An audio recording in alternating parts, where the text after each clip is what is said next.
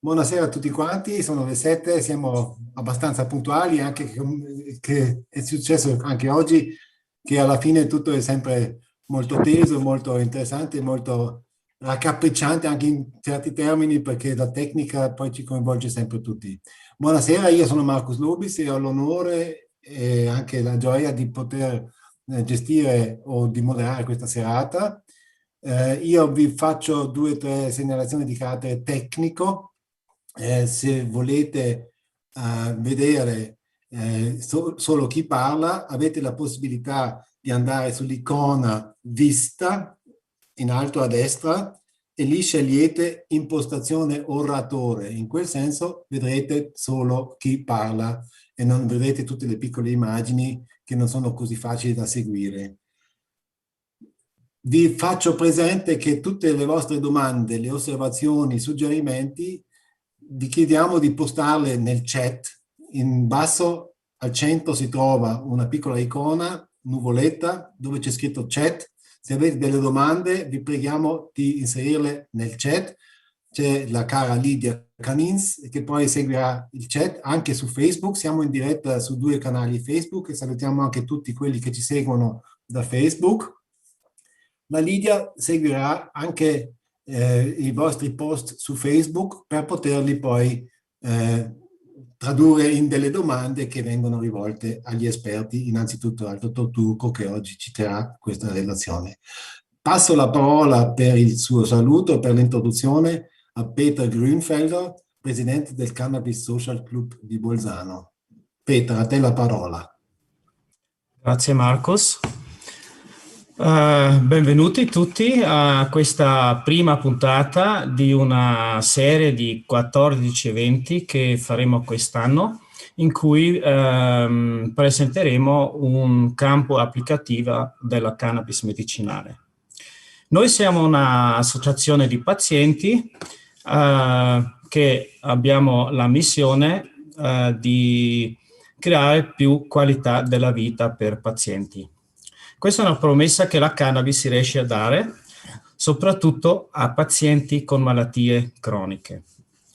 La pianta medicinale, prima del proibizionismo, scatenato nell'ultimo secolo, è stata usata in tutte le culture del mondo e anche adesso, dopo che sono emersi studi che ne certificano il valore medicinale, l'interesse nella società rimane scarso. Oltre alla rappresentanza di pazienti in politica, nell'amministrazione e nel mondo medico, l'associazione svolge anche attività di informazione e sensibilizzazione come questo qua. Il programma di manifestazione del 2021 contiene 14 eventi serali del tipo consulenza medica di 2 ore. Presentiamo ben 14 campi applicativi della cannabis medicinale, tra di cui è il Covid-19, la fibromialgia, le gambe senza riposo, l'ADHD, la glaucoma, il PTSD, Post-Traumatic Stress Disorder, la sindrome di Parkinson, forme di cefalea farmacoresistente, la sindrome fibromialgica, le patologie gastrointestinali, le malattie reumatiche, epilessia, terapia dei tumori, lo stress, ansia, insonnia, asma e nell'ipertensione. A questo punto ringrazio al reparto di salute della provincia di Bolzano di aver dato i fondi per realizzare questi eventi. Mi ringrazio anche col media partner Belief, The Green Magazine, e dai sponsor la farmacia Ternelli di Bibbiano a Modena, la farmacia Druso di Merano, le farmacie Bonvicini di Bolzano. Sono tutte farmacie che forniscono anche la cannabis medicinale. Poi anche grazie all'ethical banking della Cassa Rurale di Bolzano, al studio medico Clean di Milano e a Bioteca, un coltivatore e distributore di cannabis legale. Do la parola al moderatore. Grazie Prego. Peter. Adesso siamo un po' in difficoltà perché il dottor Pitini non si è ancora presentato, pertanto non so Peter, vuoi introdurre tu un attimino alla relazione del dottor Turco? Io direi che facciamo introdursi il dottor Turco da solo e dottor Pitini sarà poi a fare un saluto o a un'introduzione forse dopo la presentazione, prima che iniziamo con la discussione. La parola al dottor Turco. Ok, buonasera a tutti innanzitutto e un ringraziamento davvero speciale per questo invito a questa serata molto interessante che ha come tema cannabis e Covid. Io sono il dottor Fabio Turco, ho fatto ricerca nell'ambito gastroenterologico all'Università di Napoli e attualmente mi occupo di divulgazione scientifica con Cannabiscienza, che è una società di informazione e formazione scientifica. Allora, un attimo che condivido lo schermo, così iniziamo la presentazione.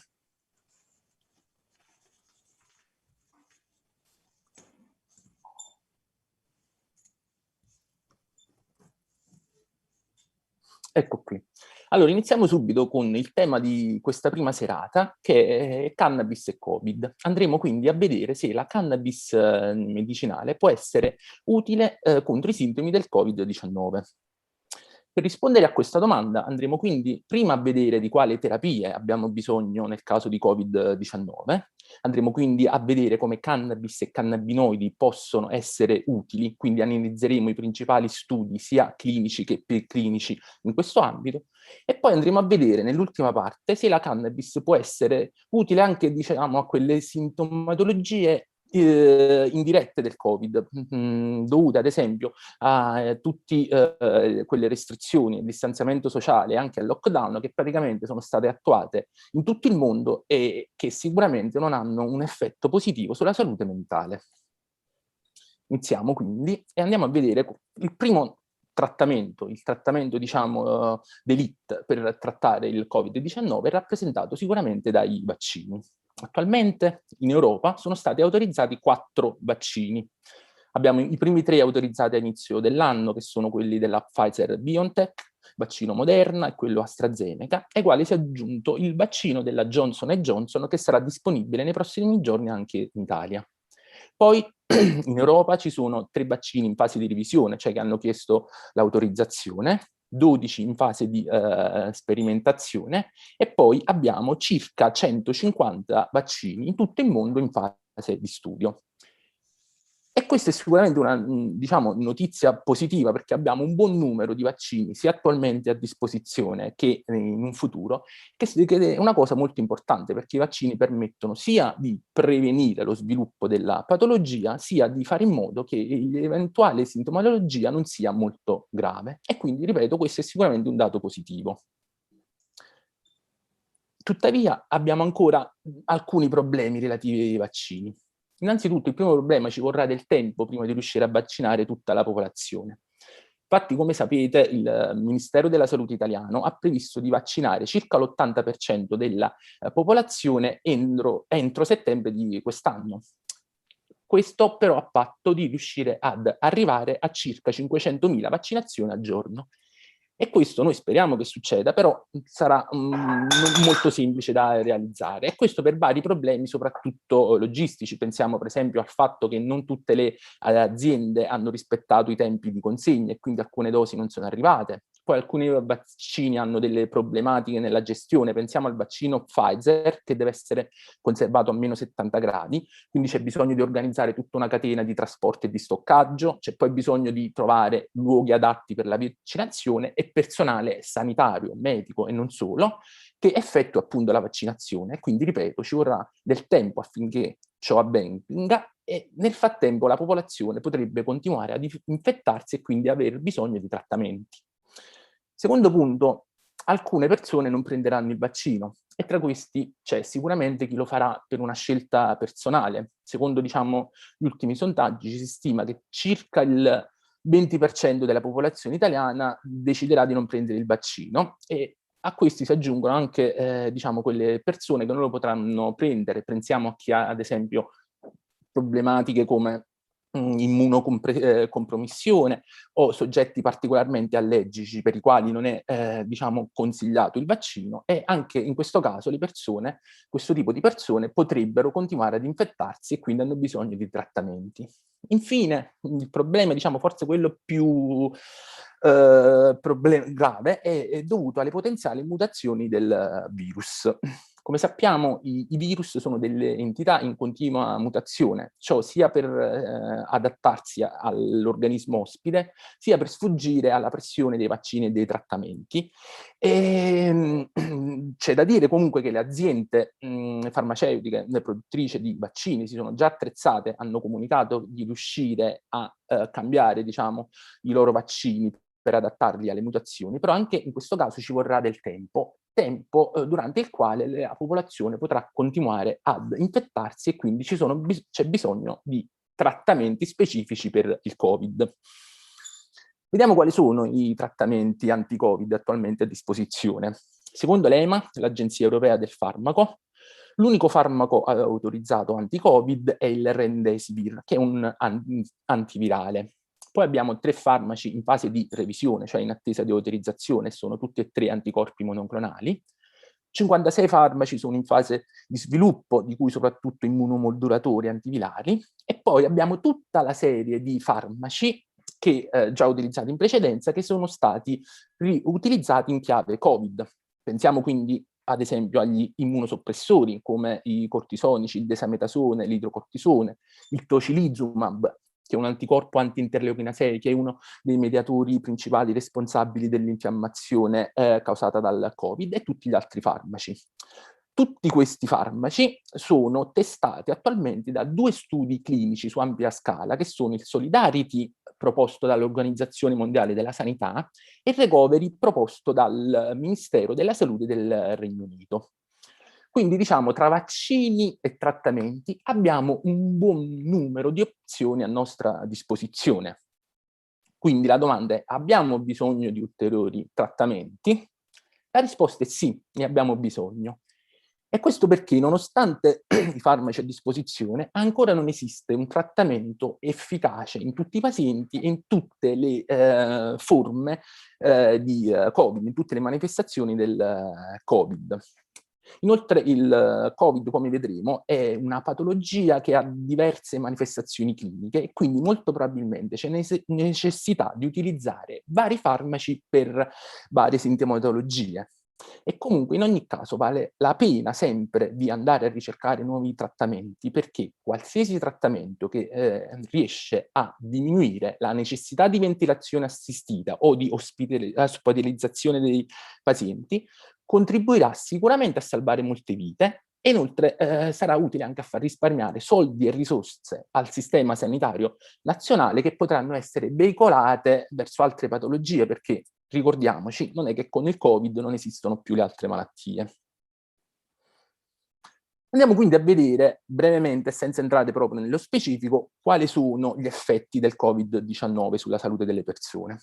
Allora, nell'80% dei casi l'infezione è asintomatica o induce sintomi lievi, quali ad esempio, che sono quelli tipici influenzali: tosse secca, febbre, debolezza, affaticamento. Però nella maggior parte dei casi, quindi nell'80% dei casi, la malattia si risolve. In un 14% dei casi la malattia progredisce. In questo caso i danni polmonari aumentano, sia lo sviluppo di polmonite interstiziale, che spesso è bilaterale, cioè coinvolge entrambi i polmoni, sia difficoltà respiratoria, diminuisce la concentrazione di ossigeno nel sangue, in alcuni casi c'è necessità di ventilazione assistita. Infine, per un 5% di pazienti, il quadro clinico peggiora. L'infezione non è tenuta sotto controllo, quindi aumenta i danni polmonari, a cui si aggiungono anche danni multiorgano, cioè in altri organi, e in alcuni casi si arriva anche alla cosiddetta sindrome da distress respiratorio acuto, che provoca una notevole diminuzione della capacità respiratoria del soggetto colpito, In alcuni casi porta quindi alla necessità, anzi porta sempre alla necessità di ventilazione assistita e in alcuni casi di terapia intensiva, e purtroppo nell'1% totale di pazienti colpiti da Covid l'esito è fatale. Scusate. Se noi andiamo a vedere queste 3 fasi dal punto di vista del nostro sistema immunitario, possiamo vedere che all'inizio il virus entra nel nostro corpo legandosi a un recettore, il recettore ACE2 presente principalmente a livello delle cellule polmonari. Ciò scatena la risposta immediata del nostro sistema immunitario, che è la risposta antivirale. Nella maggior parte dei casi, come dicevamo prima, questa risposta riesce a risolvere l'infezione. Se ciò non avviene, si arriva in una fase successiva, in cui viene scatenata anche la risposta infiammatoria cosiddetta adattativa, aumenta la presenza di cellule immunitarie nel sito dell'infezione, quindi a livello polmonare, e si ha un ulteriore rilascio di mediatori dell'infiammazione. Se neanche ciò serve a tenere sotto controllo il virus, si arriva purtroppo all'ultima fase, caratterizzata da un'iperattivazione del nostro sistema immunitario che provoca un abnorme rilascio di citochine, cioè dei mediatori dell'infiammazione, e si scatena quella che viene definita tempesta di citochine, cioè un'iperattivazione del sistema immunitario, un'iperinfiammazione che ha conseguenze molto deleterie per il nostro organismo. Tenendo presente quindi quanto detto, vediamo come e perché il cannabis e i cannabinoidi potrebbero essere utili. Innanzitutto, la loro utilità risiede nel fatto che i cannabis e i cannabinoidi hanno notevoli proprietà antinfiammatorie e quindi potrebbero essere molto utili per combattere questa tempesta di citochine, questa iperattivazione del nostro sistema immunitario, ed evitare così che i pazienti raggiungano fasi critiche della patologia.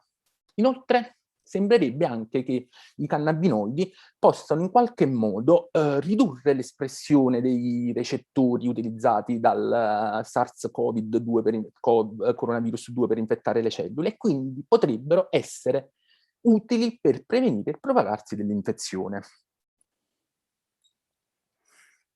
Ovviamente quindi parliamo di cannabis e di cannabinoidi. Non mi dilungo molto sulla cannabis perché immagino voi tutti la conosciate, questa pianta che è utilizzata, come diceva anche Peter nell'introduzione, non da secoli ma da millenni come pianta terapeutica, e questo perché contiene al suo interno numerose sostanze che hanno un effetto farmacologico.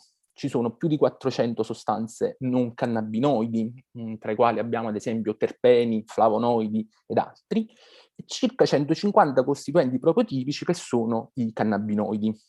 Volevo giusto ricordare che, ad esempio, la pianta di cannabis è stata definita da autorevoli ricercatori del campo della cannabis come una vera e propria officina molecolare, proprio perché contiene così tanti composti che hanno un'attività medicamentosa davvero notevole.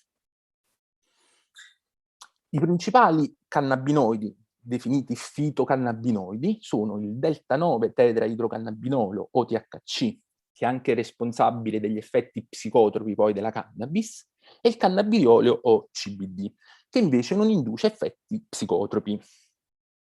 Il THC è stato scoperto isolato dalla pianta di cannabis nel 1964 in Israele dal dottor Raphael Mechoulam. E qui voglio aprire giusto una breve parentesi per ricordare che grazie a questo lavoro pionieristico sono stati diciamo, messi in piedi una serie di esperimenti con la cannabis che hanno portato all'identificazione di numerosi mediatori endogeni, cioè sostanze presenti nel nostro organismo, che poi si è visto fanno parte di un vero e proprio sistema che è stato chiamato proprio in onore della cannabis sistema endocannabinoide, che è un sistema che regola l'omeostasi del nostro organismo, cioè il corretto bilanciamento tra i vari apparati, i vari sistemi del nostro corpo. C'è da dire che in realtà il cannabidiolo fu scoperto anche prima, nel 1942, negli Stati Uniti dal dottor Roger Adams. Però in quel periodo, diciamo, l'ondata proibizionista si stava già battendo sugli Stati Uniti e quindi anche la ricerca sulla cannabis venne interrotta, e quindi da Questa scoperta non si fece più niente, a differenza di Israele negli anni 60, dove diciamo il clima era più disteso, più aperto, e quindi Meshulam ha potuto fare la sua scoperta, a cui abbiamo detto ha avuto seguito la scoperta del sistema endocannabinoide.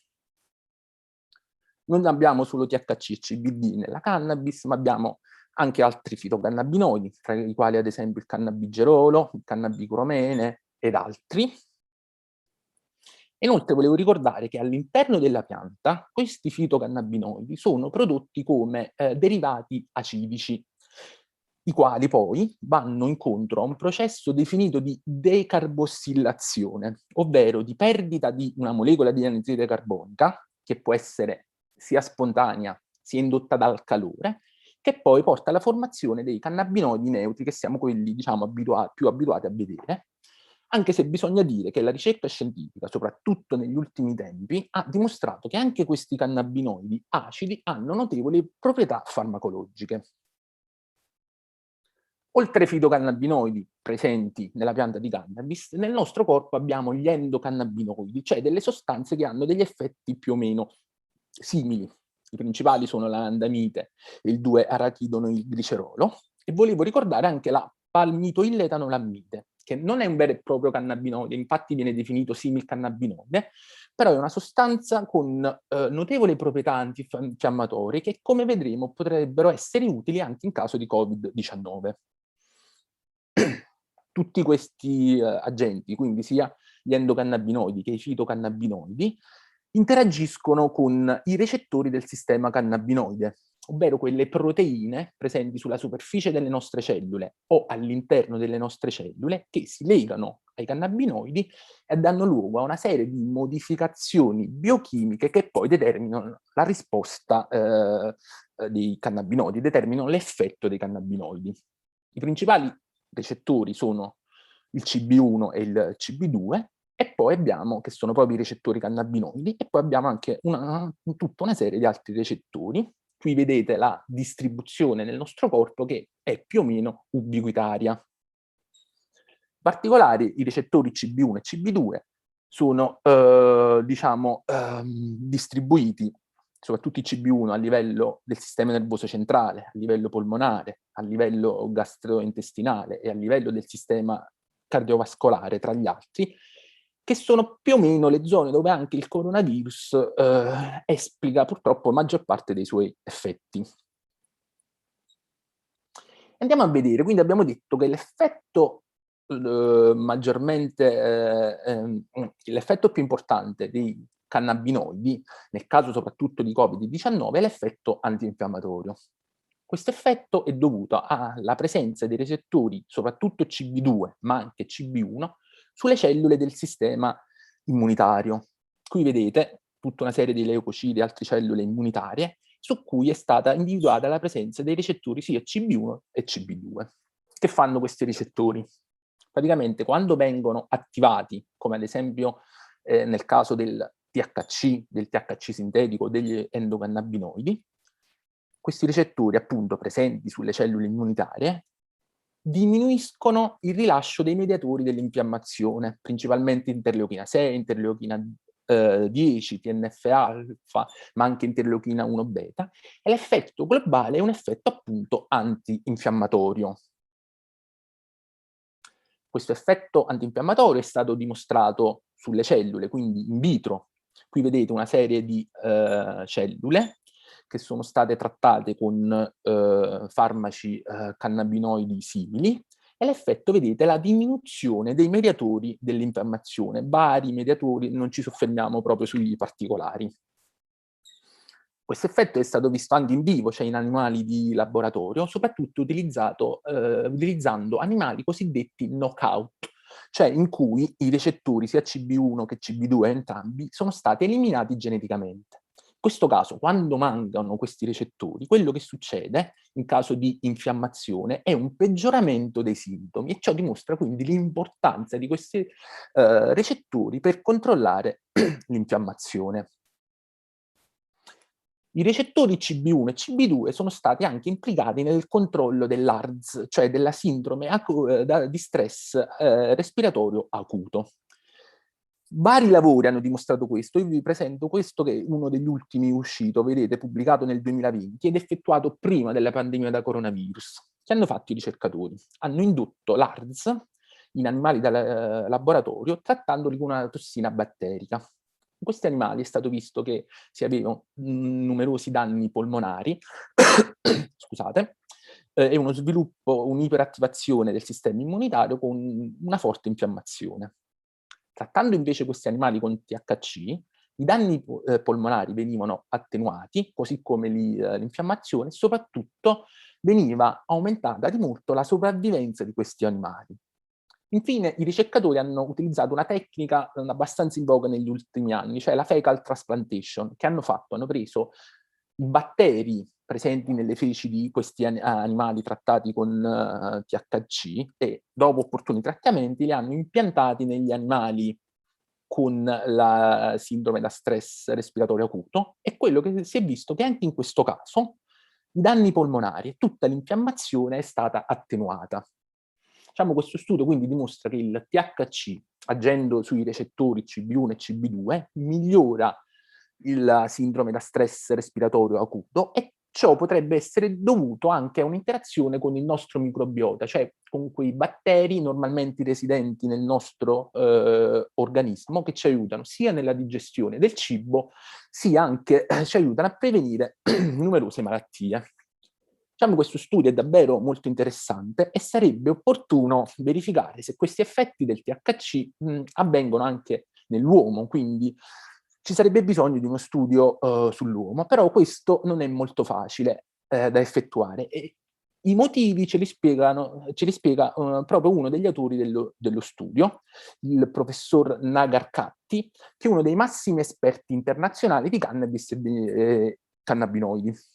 Vedete, lui dice proprio in questo studio che, nonostante i risultati davvero promettenti degli studi preclinici, i clinical trials, cioè gli studi clinici sull'uomo con i cannabinoidi, specialmente con il THC, mancano, non ce ne sono molti, perché queste sostanze sono ancora classificate nella tabella degli stupefacenti, e ciò rende davvero difficoltoso effettuare studi sull'uomo.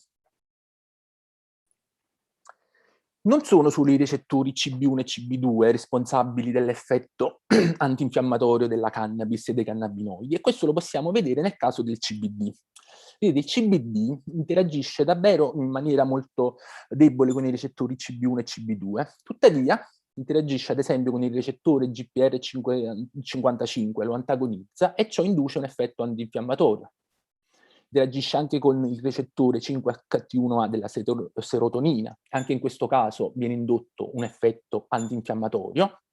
Interagisce con il recettore 2A dell'adenosina, producendo un effetto antinfiammatorio, scusate.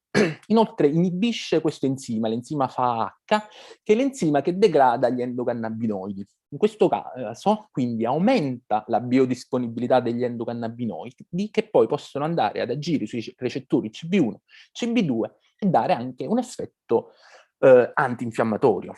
Inoltre inibisce anche l'NT1, che è il trasportatore dell'adenosina, quindi produce una maggiore quantità di adenosina che anch'essa, andando a agire con il proprio recettore 2A, induce un effetto infiammatorio.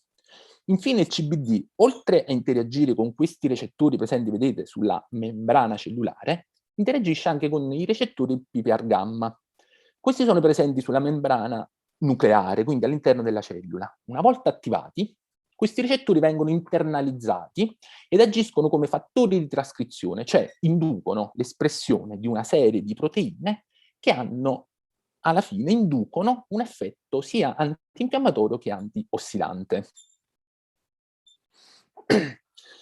Anche nel caso del CBD, questi effetti sono stati dimostrati in vitro, quindi sulle cellule, e senza entrare, ripeto, nello specifico, si ha che il CBD, sia a livello periferico che a livello centrale, interagendo con i propri recettori, induce una diminuzione delle citochine, una diminuzione dello stato ossidativo cellulare, e tutto ciò si traduce in una diminuzione dell'infiammazione.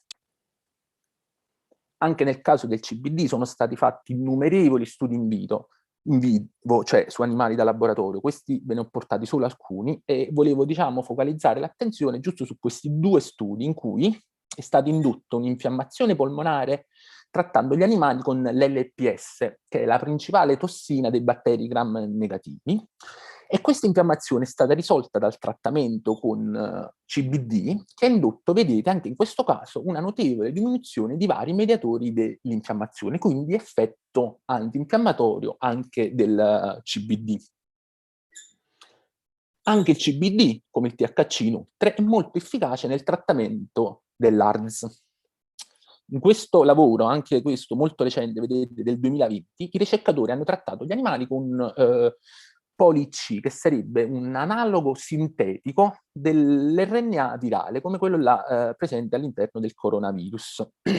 Questo ha indotto una diminuzione della saturazione di ossigeno, la quale è stata risolta dal trattamento con il CBD. Vedete, in verde il CBD ha ristabilito la giusta saturazione di ossigeno. Qui possiamo vedere che il CBD inoltre ha anche diminuito i danni cellulari indotto da questo analogo sintetico dell'RNA virale. E infine i ricercatori hanno visto anche che il CBD induce un aumento di linfociti T nel sangue, una diminuzione del rilascio dell'interleuchina 6 e una diminuzione del rilascio sempre dell'interleuchina 6, del TNF-alpha, quindi dei mediatori dell'infiammazione a livello polmonare. E ciò può essere molto utile, ovviamente, come abbiamo visto in caso di coronavirus. Anche questo, il fatto che aumentano le cellule T, cioè i linfociti T, è molto importante perché in caso di coronavirus si è visto una linfocitopenia, cioè una diminuzione dei linfociti circolanti. Quindi THC e CBD sono molto utili come farmaci antinfiammatori e nel trattamento dell'ARDS. Però ho presentato questa diapositiva per dire che non sono gli unici cannabinoidi o componenti della cannabis ad avere un effetto antinfiammatorio. Infatti questo effetto antinfiammatorio è stato osservato anche nel caso di alcuni terpeni come il beta-carotillene, il mircene e il limonene, e in altri cannabinoidi come l'acido cannabidiolico e il cannabicromene. E questo sta a sottolineare l'importanza del fitocomplesso, cioè dell'azione sinergica di tutti i componenti della cannabis in quello che viene definito effetto entourage, quindi vedete la vera forza del fitocomplesso che si esplica anche nel caso dell'infiammazione.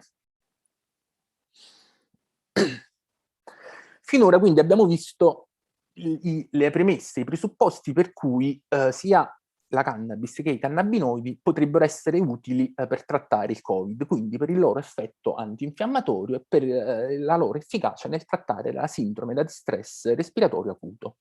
Vediamo ora che avviene, quali sono proprio gli studi specifici sul coronavirus. Vediamo in questa immagine il meccanismo di entrata del coronavirus all'interno delle nostre cellule. Vedete, il coronavirus si lega a questo recettore, come abbiamo detto, il recettore ACE2, e poi, grazie all'intervento di questa proteina, TMPRSS2, il virus viene internalizzato e all'interno delle cellule si replica in un numero elevato, distrugge la cellula e in questo modo si diffonde nell'organismo.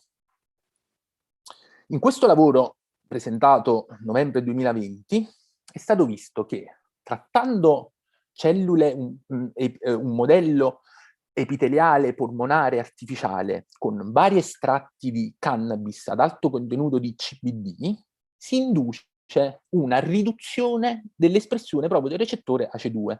Vedete, queste barre verde indicano i vari estratti che inducono l'espressione, una diminuzione, vedete, rispetto al controllo si ha una diminuzione dell'espressione sia del recettore ACE2 qui, ma anche della proteina TMPRSS2. Vedete, qui in questo caso non tutti gli estratti riescono a fare questo effetto, però in ogni caso questo potrebbe essere molto utile in caso di Covid-19, perché diminuire l'espressione vuol dire che il virus trova meno appigli per entrare nelle nostre cellule, quindi si può ridurre l'infezione. Quest'altro studio, pubblicato ancora più Questo è per recentemente, noi un vedete, messaggio 2 molto marzo di importante, quest'anno, cioè quindi i proprio da fondi poco, e anche è lì stato aiuti visto che straordinari di anche i quest'anno di terpeni pandemia ci hanno un sono, effetto e quindi preventivo vediamo nell'infezione. che Che cosa hanno talvolta fatto i la gente ricercatori? o Hanno le famiglie fanno hanno fatica utilizzato un anche perché sono la estratto prima di volta in terpeni, questa vedete, situazione di chiedere in questi varie aiuti. concentrazioni, Le misure o straordinarie CBD in varie Covid che sono state concentrazioni, o introdotte a estratto più sostegno delle persone CBD, e singole, hanno delle visto cosa famiglie succede nel nella 2020 vitalità cellulare di cellule hanno pretrattate comportato con un un impegno finanziario coronavirus per la molto provincia simile al Covid, complessivamente nell'anno al SARS 2020 coronavirus di 2. 26 milioni e 700 Vedete, mila euro. Ci tengo a l'infezione con il sottolineare virus, i quasi hanno prima 243 infettato le milioni cellule con il virus erogati e a hanno visto che favore delle persone non autosufficienti e quasi mortalità, la 15.000 vitalità cellulare nell'anno diminuisce di molto, 2020 mentre il che hanno trattamento con i beneficiato di una terpeni o con il prestazione che CBD aumenta rappresenta la il vitalità, e l'effetto 63% massimo si vede dell'intera proprio spesa quando dell'agenzia. l'estratto Senza dei terpeni è dimenticare stato peraltro i 70 utilizzato milioni che in vengono aggiunta al erogate alle CBD. famiglie che percepiscono Qui nella vedete nostra gli provincia effetti a livello l'assegno proprio provinciale per il cellulare. nucleo Queste sono le familiare, cellule controllo, queste sono le cellule trattate con il coronavirus, che vedete sono molto più, sono in numero minore e più danneggiate, mentre sia le cellule trattate con l'estratto dei terpeni, sia le cellule trattate con terpeni più CBD sono praticamente intatte, molto simili al controllo. Questo avviene sia quando si tratta prima le cellule con il virus e poi con questi estratti, sia al contrario. Che hanno fatto qui? Hanno prima pretrattato le cellule con gli estratti o il CBD e poi hanno infettato le cellule, e si è visto in questo caso che soprattutto la combinazione tra estratti terpenici e CBD Questo è protegge dall'infezione Questo è del per noi un virus. messaggio molto importante, cioè i fondi e anche gli aiuti E poi c'è questo straordinari di lavoro quest'anno di è ancora più pandemia ci recente, sono, vedete, è stato e quindi pubblicato vediamo il 10 che marzo, in realtà non è talvolta la stato gente ancora pubblicato, o le questo è un famiglie fanno preprint, cioè fatica una anche perché sono la prima volta in pre-pubblicazione questa di situazione di chiedere questo questi lavoro aiuti. effettuato Le all'Università misure di Chicago. straordinarie Cosa hanno fatto Covid che in sono questo state caso i ricercatori? introdotte Hanno a visto che sostegno delle persone singole, delle trattando famiglie le nel cellule 2020 polmonari con il hanno CBD si ha comportato una un impegno riduzione della finanziario per la provincia percentuale di cellule complessivamente che nell'anno presentano la 2020 proteina di 26 spike. Perché? Che milioni e succede? Quando il 700 virus mila entra euro. Ci all'interno tengo a della cellula, si sottolineare replica i quasi e poi 243 milioni esprime la erogati a proteina favore delle spike persone non al di fuori della autosufficienti, cellula quasi come, diciamo, 15.000 questo può nell'anno essere un indice 2020 dell'infezione. che hanno Vedete, questa beneficiato di curva una rossa indica prestazione che che invece rappresenta utilizzando il concentrazioni 63% crescenti dell'intera di spesa CBD dell'agenzia. diminuisce Senza il numero di dimenticare cellule che peraltro presentano i 70 la milioni proteina che spike, vengono quindi erogate diminuisce alle l'infezione da famiglie che Covid. percepiscono Questo è stato nella visto nostra sia con il provincia. CBD puro, sia con vari estratti di cannabis ad alto contenuto di CBD. Vedete, questi sono 3 estratti. I ricercatori hanno poi testato anche se gli altri cannabinoidi potessero indurre questo effetto. Vedete, hanno testato THC, cannabicromene, CBD acido e altri. Hanno visto che in realtà gli unici ad indurre questo effetto sono il cannabidiolo e il 7-idrossicannabidiolo, che è il metabolita del cannabidiolo. Che cos'è un metabolita? Praticamente quando noi assumiamo cannabidiolo, questo viene trasformato all'interno del nostro organismo, ad opera di alcuni enzimi, in 7-idrossicannabidiolo, il quale ha anch'esso un'attività terapeutica. Infatti in alcuni casi, soprattutto nel caso dell'epilessia, si pensa che gli effetti positivi del CBD siano dovuti proprio al 7-idrossi-CBD. E anche in questo caso, vedete, il 7-idrossi-CBD riduce la percentuale di cellule infettate. I ricercatori poi si sono chiesti i motivi di questo effetto del CBD e hanno visto che ad esempio il CBD non diminuisce l'espressione dei recettori ACE2, come è stato visto nel lavoro che vi ho presentato prima, non diminuisce anche la capacità del virus di entrare all'interno della cellula. Quello che praticamente si è visto che sembra fare il CBD è di interagire con i meccanismi intracellulari di difesa delle nostre cellule. Sembra che il CBD induca un aumento di interferone alfa, che è il principale mediatore antivirale delle nostre cellule, e così facendo aumenta la capacità delle cellule quindi di sconfiggere il coronavirus e quindi diminuisce l'infezione delle cellule. I ricercatori dell'Università di Chicago sono andati avanti e hanno fatto anche uno studio osservazionale sull'uomo. E questo vi dico, forse è il dato più interessante che vedremo questa sera. Infatti, cosa hanno fatto i ricercatori? Hanno valutato tutte le persone che andavano a fare il test per la positività al Covid all'Università di Chicago. Hanno visto che su circa 94.000 persone il 10% risultava positivo, e questo è in media, diciamo, con le indicazioni internazionali. Tra questi, quelli che non hanno mai utilizzato cannabinoidi avevano una percentuale di infezione uguale, quindi del 10%.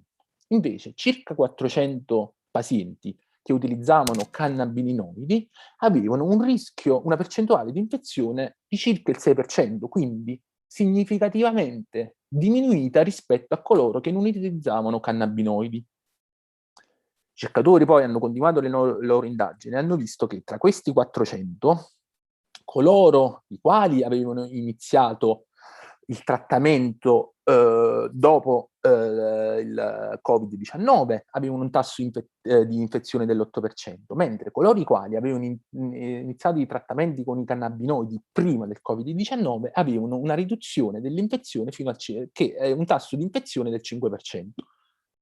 Tra questi, inoltre, i ricercatori hanno visto che coloro che utilizzavano cannabinoidi altri, quindi non il CBD, altri cannabinoidi, e venivano utilizzati ad esempio per trattare dolore cronico, ipertensione, stress e ansia, comunque coloro i quali non utilizzavano il CBD, ma altri cannabinoidi, avevano un 7% di rischio di infezione, mentre coloro in trattamento con il CBD avevano solo l'1% di rischio di infezione. E questo è un dato davvero importante.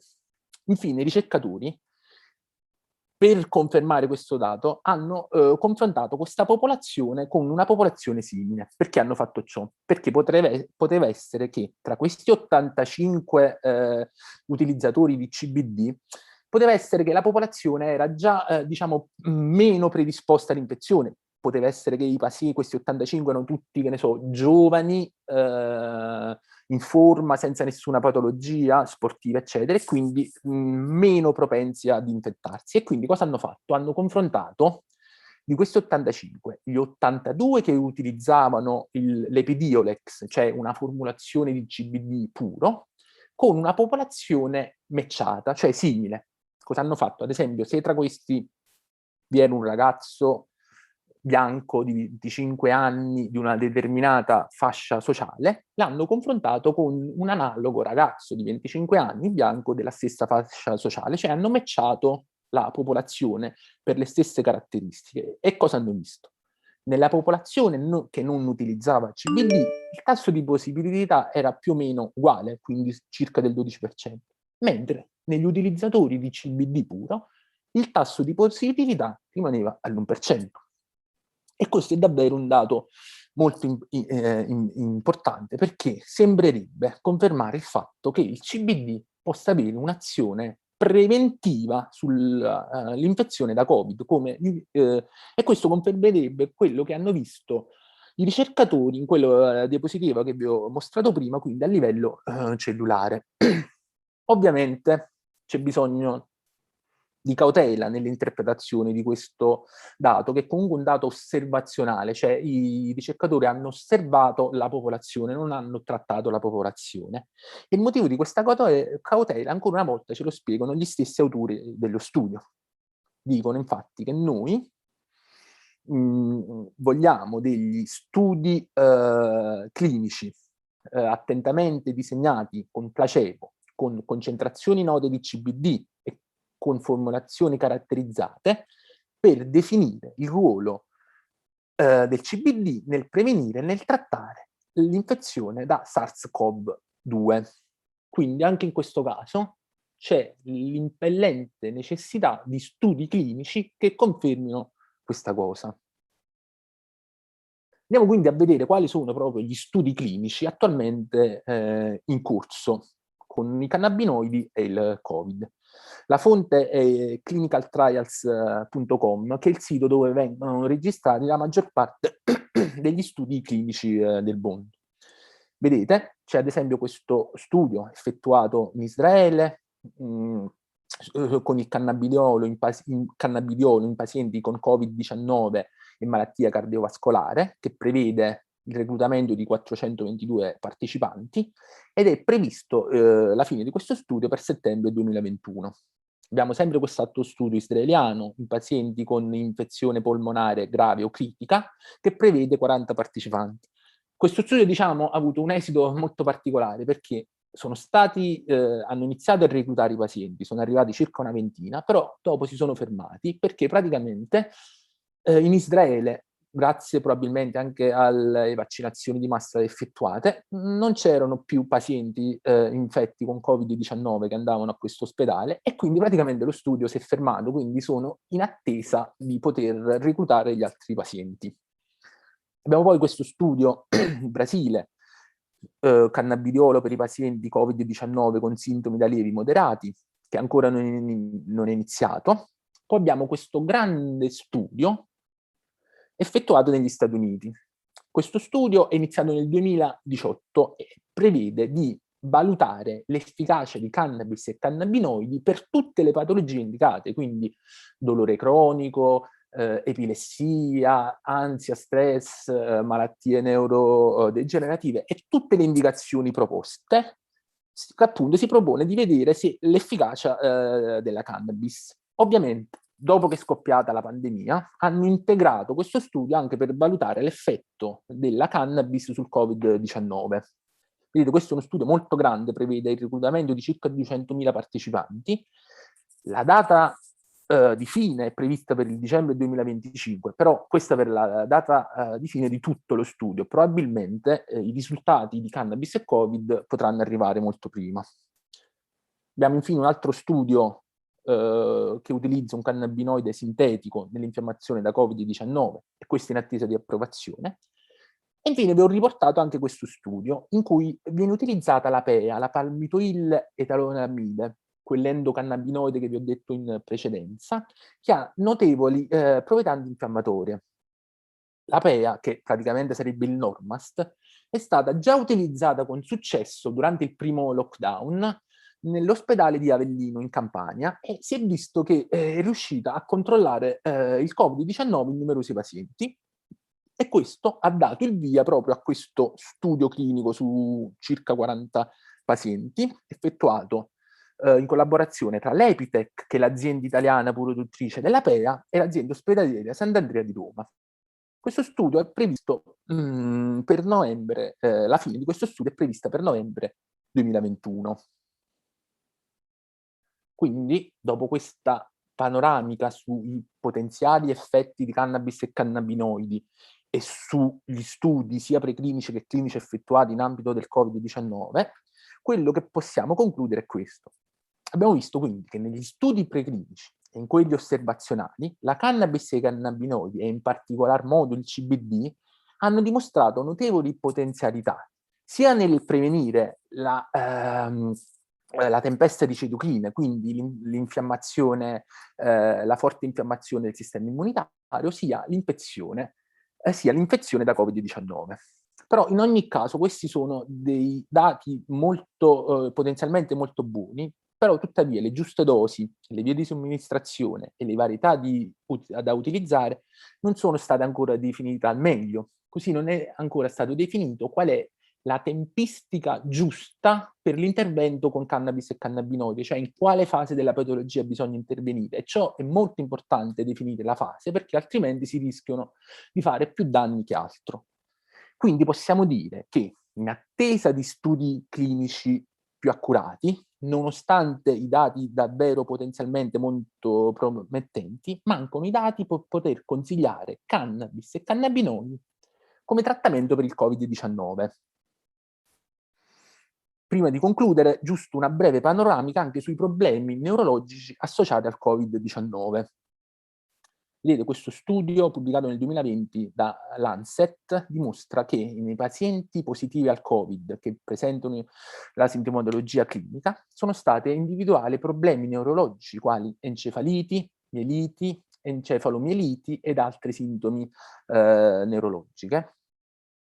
In questo caso la cannabis potrebbe davvero essere efficace, perché gli effetti neuroprotettivi della cannabis sono ormai noti da tempo, già da prima del Covid, e quindi La cannabis potrebbe essere utilizzata per trattare questo tipo di disturbi, e ciò è dovuto all'effetto della cannabis soprattutto all'inibizione della trasmissione glutammatergica, all'effetto antinfiammatorio che abbiamo visto prima, così come a quello antiossidante, al fatto di migliorare l'integrità della barriera ematoencefalica, così come la regolazione del flusso ematico cerebrale e l'attività cellulare. Inoltre riesce anche a limitare la zona di infarto, ad esempio in caso di ictus, e regola ad esempio l'autofagia e l'apoptosi, cioè la morte cellulare programmata. Quindi gli effetti neuroprotettivi della cannabis potrebbero essere, che sono ben definiti, potrebbero essere sfruttati anche in caso dei problemi neurologici indotti dal coronavirus.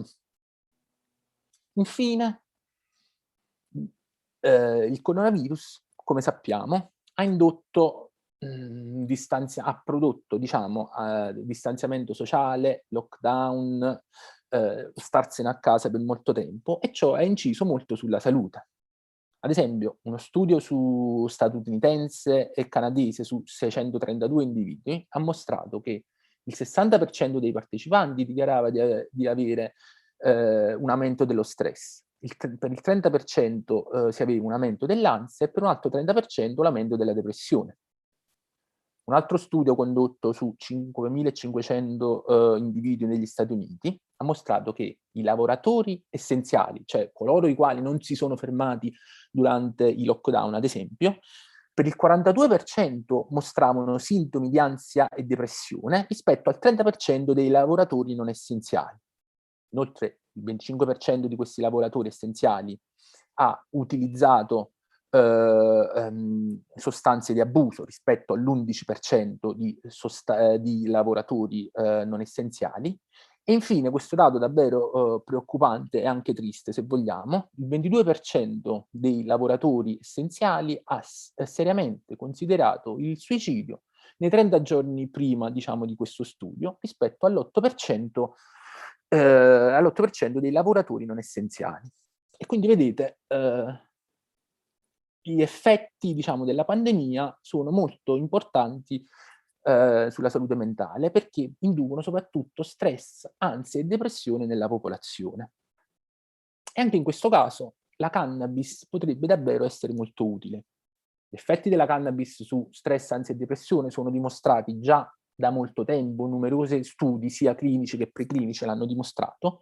Io vi riporto giusto questo studio perché è il più recente, effettuato sempre nel 2020, in cui 670 persone sono state sottoposte a 2300 sessioni con cannabis e sono stati monitorati tramite un'app, la Relief App, che praticamente in quest'app i pazienti inserivano il momento della somministrazione, la quantità, la varietà utilizzata, la durata degli effetti e gli effetti appunto che induceva la cannabis. E cosa si è visto, senza andare troppo nello specifico? Che sia il THC sia il CBD riducevano notevolmente l'agitazione, l'irritabilità, così come l'ansia e lo stress. E questo dato appunto dimostra l'efficacia della cannabis nel trattare stress, ansia e depressione, e se vogliamo anche quest'altro studio, diciamo, dimostra questo. È stato visto che nei pazienti già precedentemente in cura con cannabis prima della pandemia, coloro i quali utilizzavano cannabis per problemi mentali hanno riportato un aumento del 91% nell'utilizzo di cannabis. E il motivo di ciò viene spiegato dagli autori stesso dello studio, che ci dicono che durante la pandemia l'accesso ai normali farmaci, come ad esempio gli antidepressivi o gli ansiolitici, risultava essere più difficoltoso proprio per le limitazioni e le restrizioni, le restrizioni sociali, quindi con il lockdown, e quindi i pazienti si sono rivolti, diciamo, alla cannabis per trattare i loro problemi, soprattutto di stress, ansia e depressione, perché vedevano che riuscivano a tenere sotto controllo queste sintomatologie. Quindi, e siamo quindi alla conclusione, possiamo dire che la cannabis e i cannabinoidi potrebbero avere un ruolo davvero importante nel combattere i sintomi da coronavirus, perché tutti gli studi effettuati fino adesso dimostrano questo, In particolare il CBD, cannabidiolo, sembra essere molto utile sia nel ridurre la tempesta di citochine, sia la replicazione del SARS-coronavirus e quindi l'infettività del coronavirus. Però in ogni caso, e ci tengo a sottolineare questo punto, per trarre conclusioni definitive bisogna attendere i dati sugli studi clinici su larga scala e con un ampio numero di persone, prima di poter dire che la cannabis e i cannabinoidi sono realmente efficaci nel Covid-19. Inoltre abbiamo visto che la cannabis, in particolar modo THC e CBD, hanno importanti proprietà neuroprotettive e in questo caso sì, potrebbero essere utilizzate in caso di danni neurologici da Covid-19.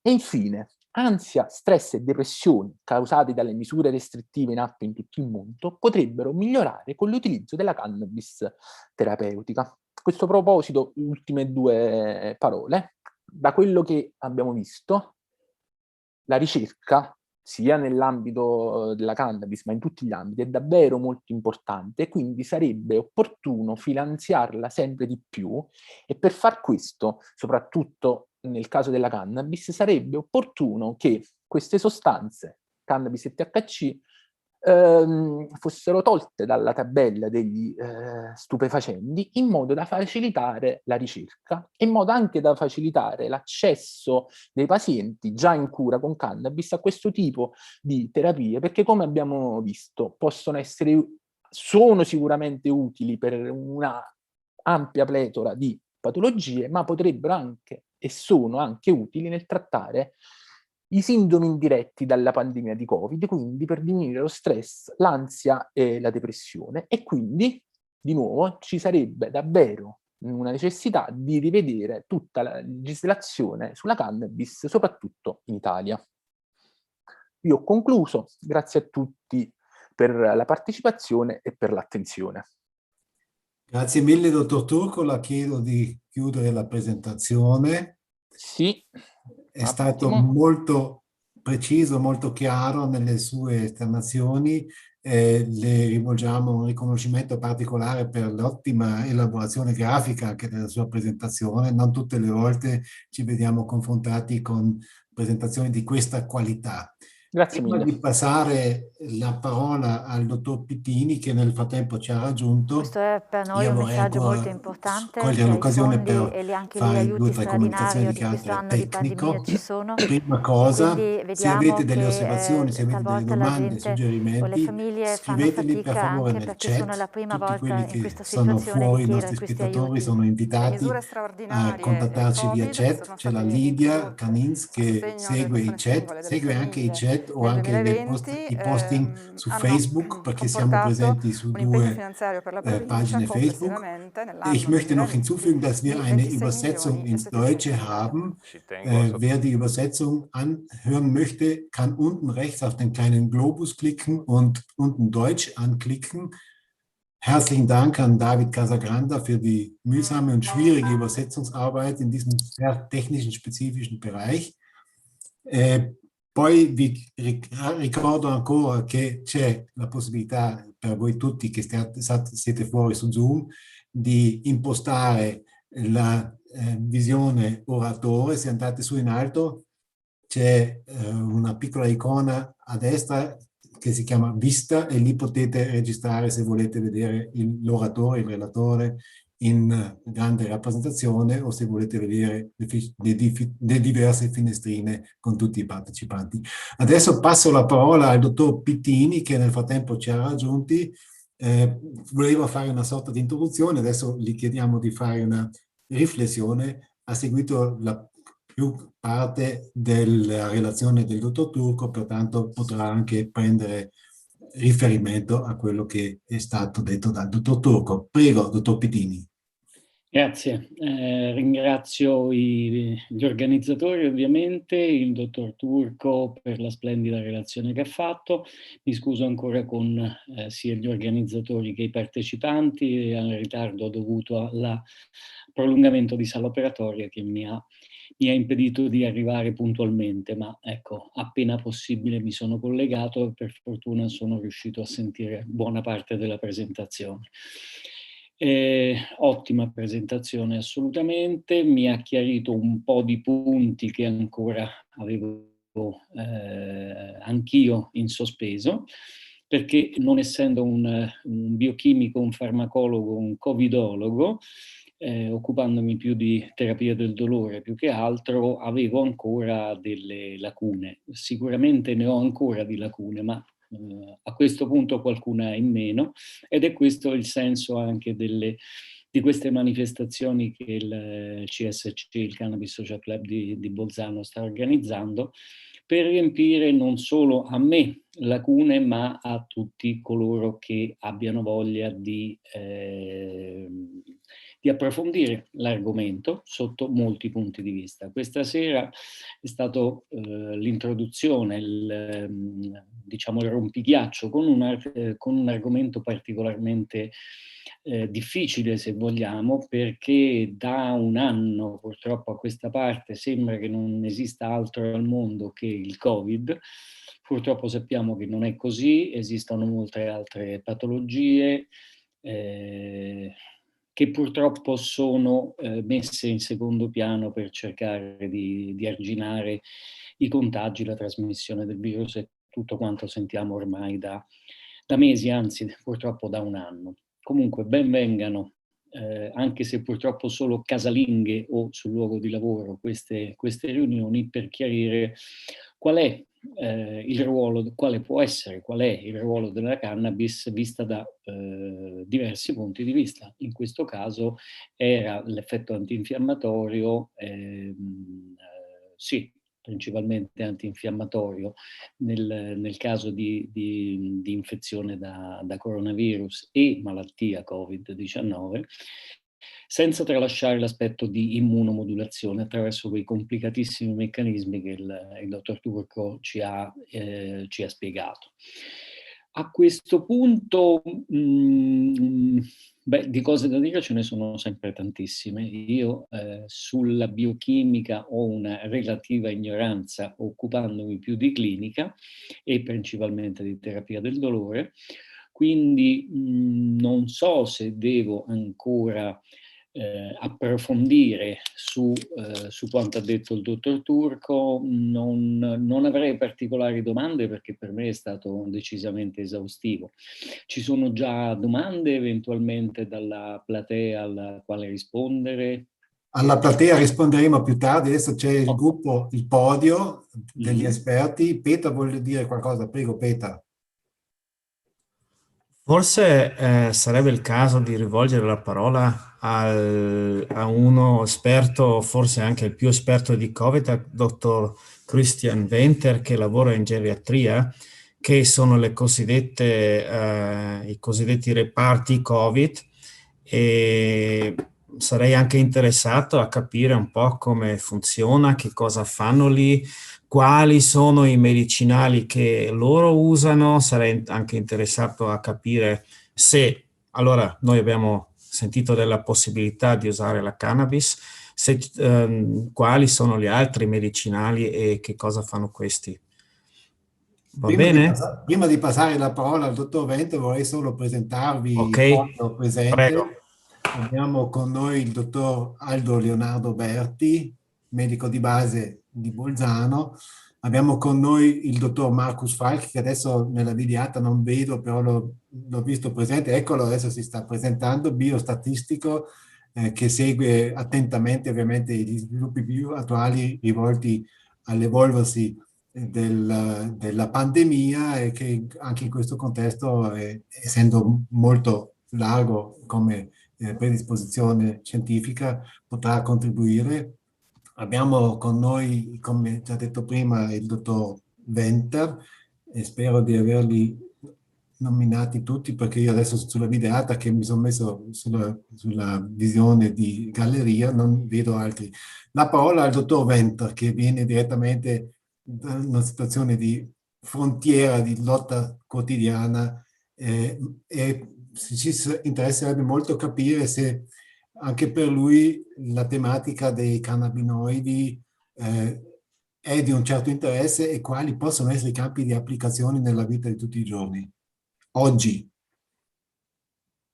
Intanto complimenti agli organizzatori, soprattutto anche grazie per il coraggio di aver permesso di mettere a fuoco questo argomento in correlazione col cannabis, che non è un argomento, diciamo, fino adesso a respiro generale. Complimenti al dottor Turco per questa lezione magistrale. Devo relativizzare, covidologo per necessità dei fatti. La mia disciplina, la medicina degli anziani, da 13 mesi lo facciamo a tempo pieno l'assistenza a questi pazienti, quindi un medico che lavora al fronte, un medico clinico, e che però seguiamo con grossa curiosità tutto ciò che correla ai fenomeni del Covid. Mi permetterei di fare una considerazione un po' generale e magari dopo, se c'è spazio, qualche accenno all'importanza clinica di ciò che il dottor Turco ci ha definito. Trovo molto affascinante che in questo campo il cannabis, essendo il Covid un argomento molto giovane, il cannabis si può rapportare a pieni diritti con molte altre, per esempio, principi attivi. Non c'è una cura causale antivirale.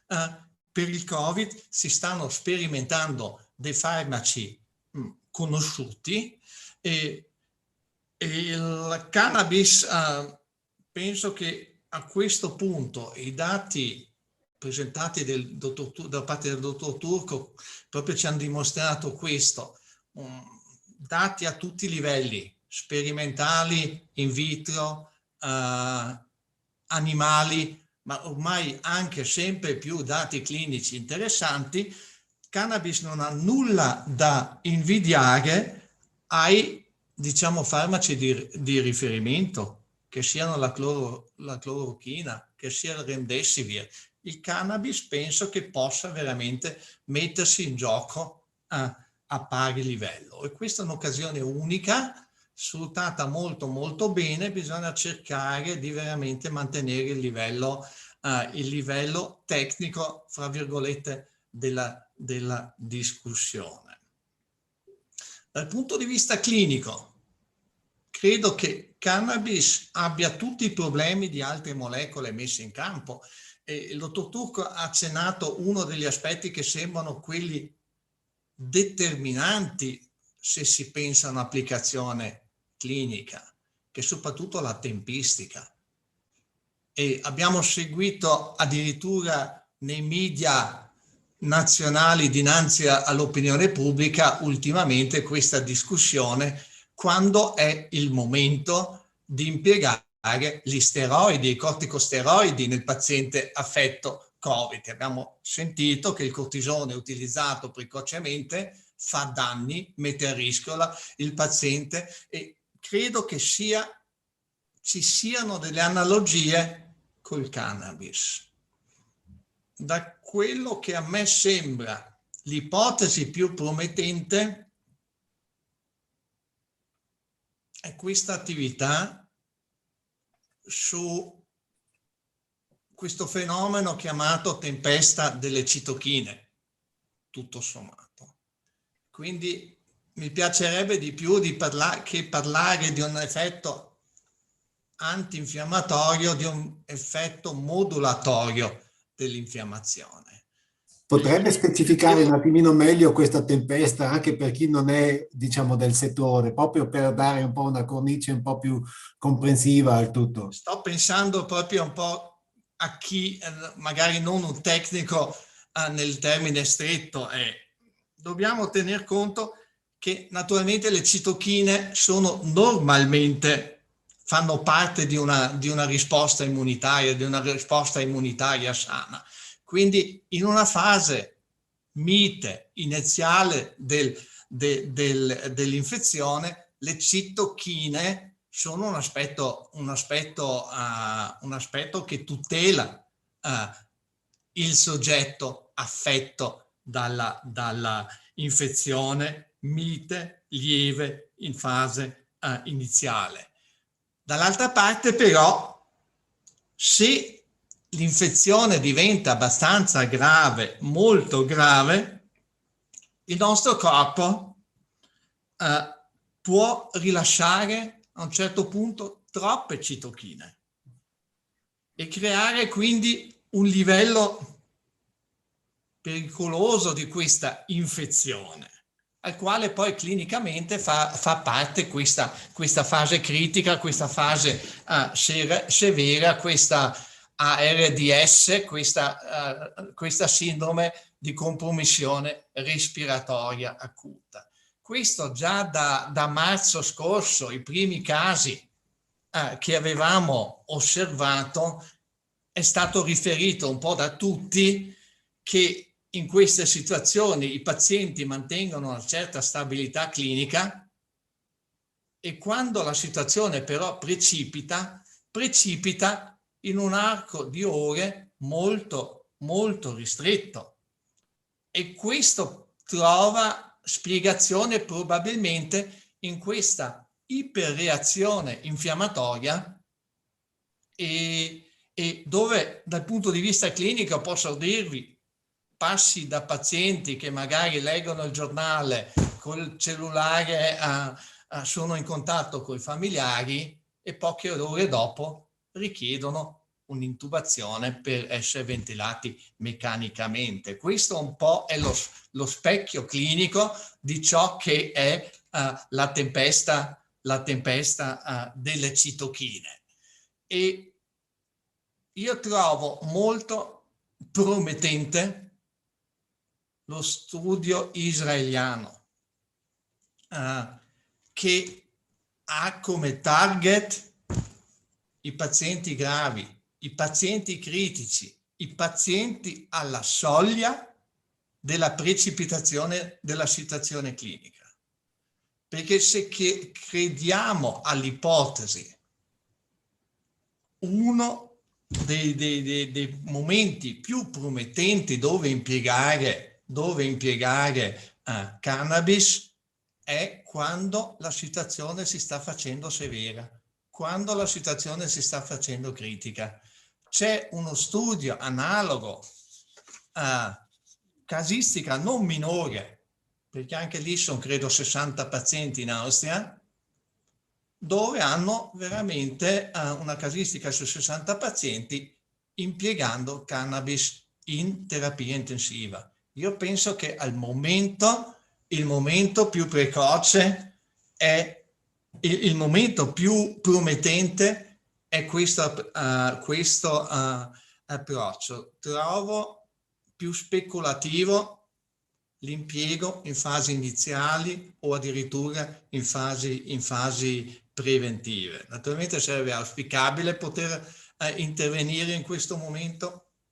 C'è da temere che si rischierebbe di fare più danni che non dar protezione, al paziente. Grazie. La cosa importante è avere dei dati di alta qualità e con questo le nozioni diffusamente crescono in modo esponenziale e questo promette molto molto bene. Grazie dottor Vento. Un altro medico che lavora sul campo è il dottor Berti. Ci spiega un po' il suo punto di vista in riferimento al possibile potenziale impiego delle sostanze sulle quali parliamo oggi. Sì, buonasera a tutti. E intanto ringrazio il dottor Turco per l'esposizione, la lezione che ci ha fatto, veramente interessante. E sono dell'idea del collega Pittini, ha colmato diverse lacune, essendo uno specialista del campo. Essendo un medico di famiglia, l'aspetto più interessante e applicabile, diciamo, ai pazienti è quello relativo ai sintomi indiretti del Covid, a tutta quella sintomatologia sociale che deriva dal lockdown, dagli isolamenti, dal perdere in maniera anche drammatica i propri cari, insomma. Quindi ecco, non solo per curare direttamente e soltanto il Covid, ma anche quello che riguarda tutta la sfera sociale, che poi appunto un paziente Covid ha un rapporto molto corto, diciamo, con la sanità, poi tutto quello che riguarda il post-Covid dopo, dalle sindrome di affaticamento ai problemi di inserimento, c'è chi ha per esempio anche perso il lavoro e non riesce a ritrovarlo, insomma sono tutte situazioni che ritrovo quotidianamente in ambulatorio, ecco. Quindi avere una sostanza o quasi un farmaco che può aiutare anche questo aspetto di questa pandemia è di sicuro molto, molto interessante. Ecco, quindi lo studio mostrato dall'Università di Chicago è di sicuro quello più interessante per me, per questo aspetto della medicina. Ecco. Lei ha già avuto modo di applicare queste sostanze e in quali condizioni o quali sono i momenti restrittivi al momento che non rendono possibile l'applicazione? Allora, direttamente su pazienti Covid, per quale Covid no, non ho ancora utilizzato, però per pazienti che hanno flessioni dell'umore dovute a queste situazioni, sì, certo, sì. In questo caso indubbiamente varie formulazioni di cannabis possono aiutare a vedere le cose, diciamo, sotto una luce un po' meno grigia, ecco. E quali sono i prossimi sviluppi o le prossime evoluzioni che lei prevede? Rispetto all'applicazione e all'uso di queste sostanze? No, sì, quella più interessante è l'utilizzo diretto come farmaco anti-Covid, diciamo, per impedire il netto peggioramento delle condizioni del paziente. E gli studi che sono stati fatti spero siano promettenti, ecco. Quantomeno la tabella era molto incoraggiante, ecco. Non solo per il Covid, ma per le infezioni respiratorie acute in generale, mediate dal virus. Grazie, dottor Beati. Ho visto che in platea qualcuno ha alzato la mano e ripeto, per favore, se avete delle domande, se avete delle osservazioni, scriveteli nel chat, per favore. Conrad, vedo che tu hai alzato la mano e ti prego di scrivere la tua domanda direttamente nel chat.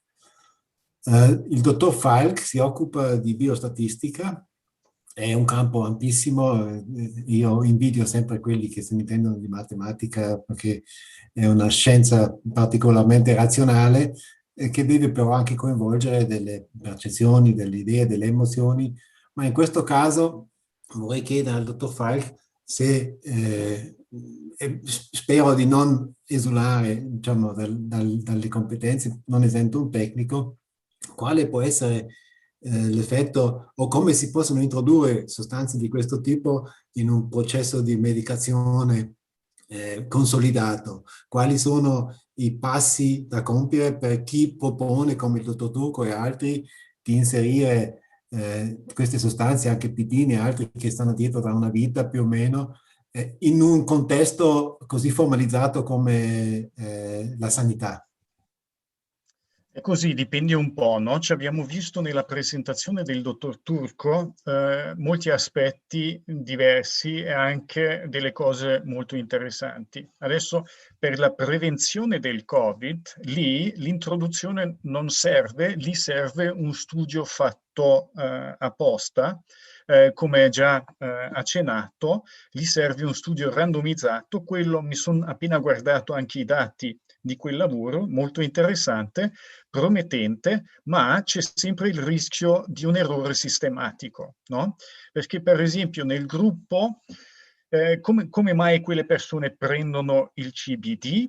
Sono magari delle persone che sono più attente e per quel motivo non si sono prese il Covid, no? Quello, per esempio, non lo posso eliminare in quel confronto. Quindi uno studio prospettivo randomizzato che confronta poi coloro che prendono il CBD a coloro che prendono un placebo sarebbe la cosa più giusta. Quindi questo sarebbe per la prevenzione. Poi per la terapia invece lì ci sono diversi modi.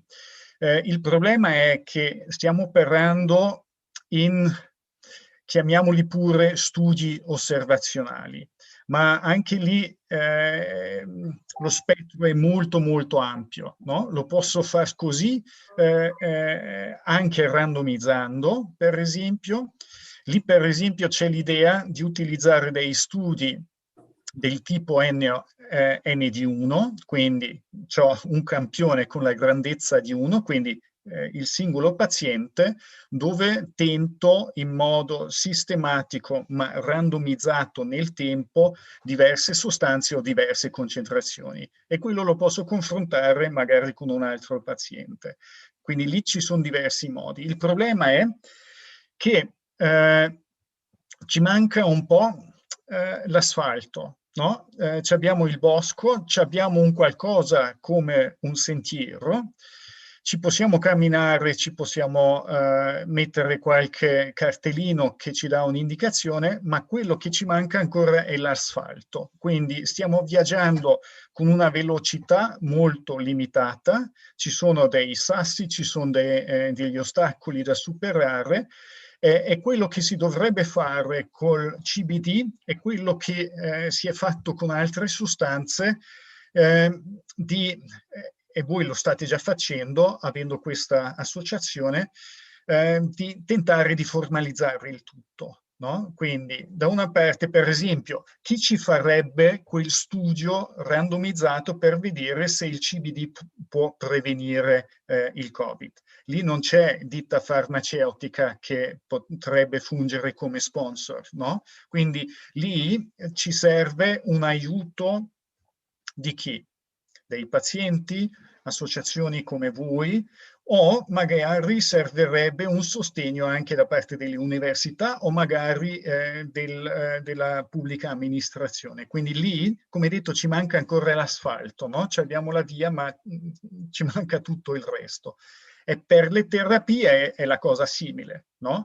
Quindi, come aveva già accennato il signor Turco, ci sono delle difficoltà con certe sostanze perché, come detto, sotto virgolette sono sempre ancora intese come droghe, ma dall'altra parte sono anche sostanze terapeutiche, e lì serve adesso un po' più di chiarezza.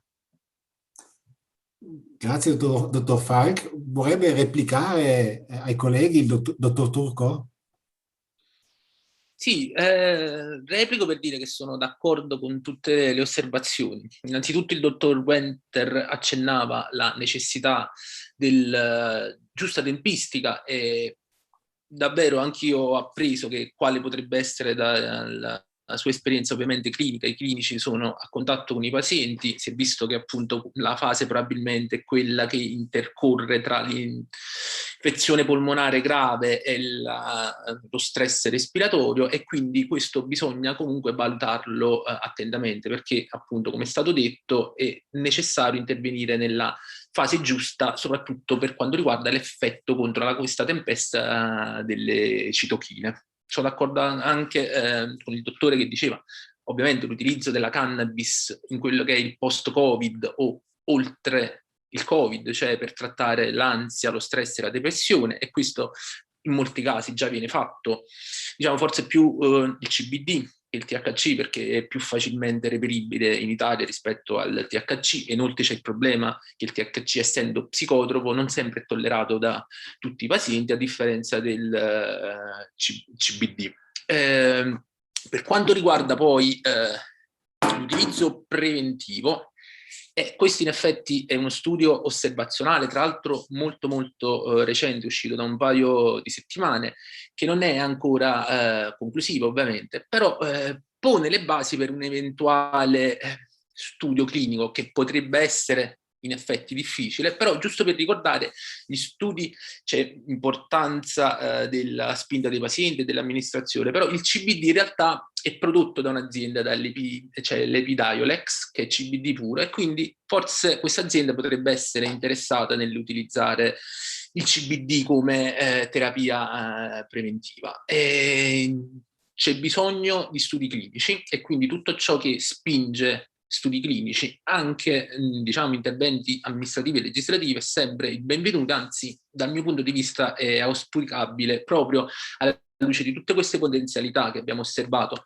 nel caso del Covid c'è stato questo fatto che quello che già si sapeva della cannabis è venuto fuori perché il Covid è stato un problema che ha sconvolto, diciamo, molto le vite di tutti i pazienti, e quindi qualsiasi cosa, purché funzioni, e si è vista la cannabis forse sotto un altro aspetto. Quindi speriamo che questa, diciamo, tra virgolette, liberazione della cannabis da uno stigma negativo possa proseguire, sia nel caso del Covid, ma anche in caso di tutte quelle patologie di cui si potrebbe aver beneficio utilizzando la cannabis e i cannabinoidi. Mi piacerebbe approfondire un attimo un argomento, magari combacia con quello che adesso ha spinto Roberto Pitini ad alzare la mano. Cosa può fare un'associazione come la nostra, che è un'espressione della società civile, per promuovere il dibattito e anche per arrivare ai risultati concreti? Non so, Peter, tu magari vuoi introdurre, o Roberto, qualcuno di voi, cosa possiamo fare noi come società civile per promuovere il discorso e per chiedere anche dei risultati, perché ci sono ovviamente, come spesso abbiamo capito ultimamente, avendo fatto diversi congressi, seminari, convegni su questa tematica, che ci sono di mezzo anche interessi commerciali non indifferenti che impediscono certi sviluppi auspicabili o non, e non dobbiamo adesso passare per delle teorie di congiuria, ma in linea di massima questi interessi si possono anche vedere alla luce del giorno. Quale può essere un ruolo di una situazione di questo tipo? Cosa possiamo fare per arrivare velocemente a dei risultati concreti, come sempre siano, perché anche noi non abbiamo affidato ovviamente la verità o anche il punto, il riconoscimento, diciamo, di certe qualità. Quale sia sempre il risultato, cosa possiamo fare per promuovere questo discorso? Posso? Prego. Quello che stiamo facendo adesso è una delle cose più importanti: informare e formare. Informare specialmente per togliere questo stigma che c'è attorno alla cannabis, e con l'informazione, con la forza dell'efficacia del rimedio, perché chiamarlo farmaco mi viene un po' difficile. Il farmaco solitamente è composto da 1, 2, credo al massimo 3 molecole, poi si fanno le associazioni tra farmaci, che anche quelle hanno il loro perché anche nel caso del Covid, ma nella cannabis mi piace più chiamarlo rimedio, che è una parola antica. Più moderna sarebbe fitocomplesso, che lo spiega un po' più attentamente. Comunque, quello che può fare l'associazione, partendo dall'ultima domanda, poi avevo alzato la mano per farne una a Christian Venter, quello che può fare l'associazione è esattamente quello che sta facendo adesso: promuovere l'informazione a tutti i livelli e la discussione a tutti i livelli, in particolare possibilmente a livello della comunità medico-scientifica, che è quella che può convincere a muovere interesse, principalmente, quindi formazione e interesse, e poi le risorse prima o poi, se c'è l'interesse, da qualche parte potrebbero venire. Auspicabile sarebbe un interesse da parte delle università, dello Stato, di qualsiasi fondazione di ricerca, che abbia o dei progetti ed appoggiarsi a noi, ovvero noi avere dei progetti, noi CSC avere dei progetti e appoggiarci a delle università piuttosto che delle fondazioni, insomma, ricerca in qualche modo di fondi. Questo per restare a quello che avevi chiesto tu, Marcus. Mentre invece per Christian Venter, importantissimo sottolineare che la cannabis non va fumata. Il fumarla è una questione tradizionale che però ha il suo perché biochimico. È l'aumento della temperatura che porta alla decarbossilazione e all'attivazione delle forme acide. Io dico tradizionale perché così è stato fatto nei secoli dei secoli più o meno, visto che è una pianta vecchia come il mondo. non sapendo come funzionava e non sapendo perché funzionava. Adesso sappiamo che la decarbossilazione ideale avviene tra i 120 e i 160 gradi, quindi giustissimo.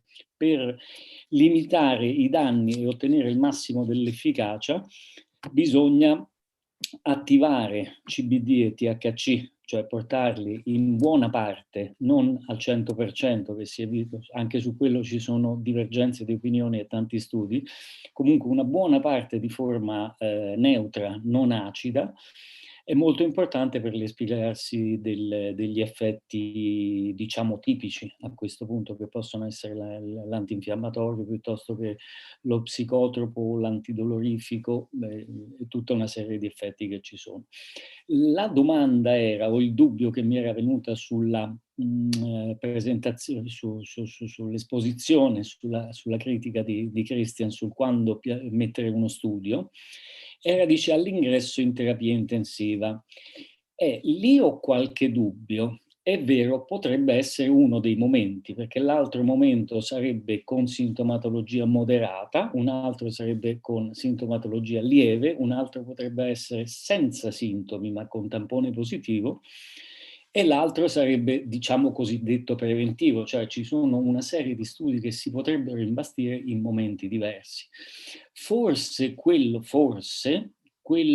all'ingresso in terapia intensiva, quindi a tempesta citochinica in pieno atto, in condizioni critiche, non saprei se è il momento ideale, non so la risposta, per carità, è solo un dubbio e questo è il bello della filosofia della discussione. Magari si vede un'efficacia anche in piena tempesta citochinica, però potrebbe portare anche a un, chiamiamolo, fallimento, che potrebbe pregiudicare completamente, il proseguire dello studio sull'efficacia nella gestione della patologia, non solo di quella, per fortuna, piccola parte di patologia così grave da richiedere una terapia intensiva. Non so se mi sono spiegato, Cristian.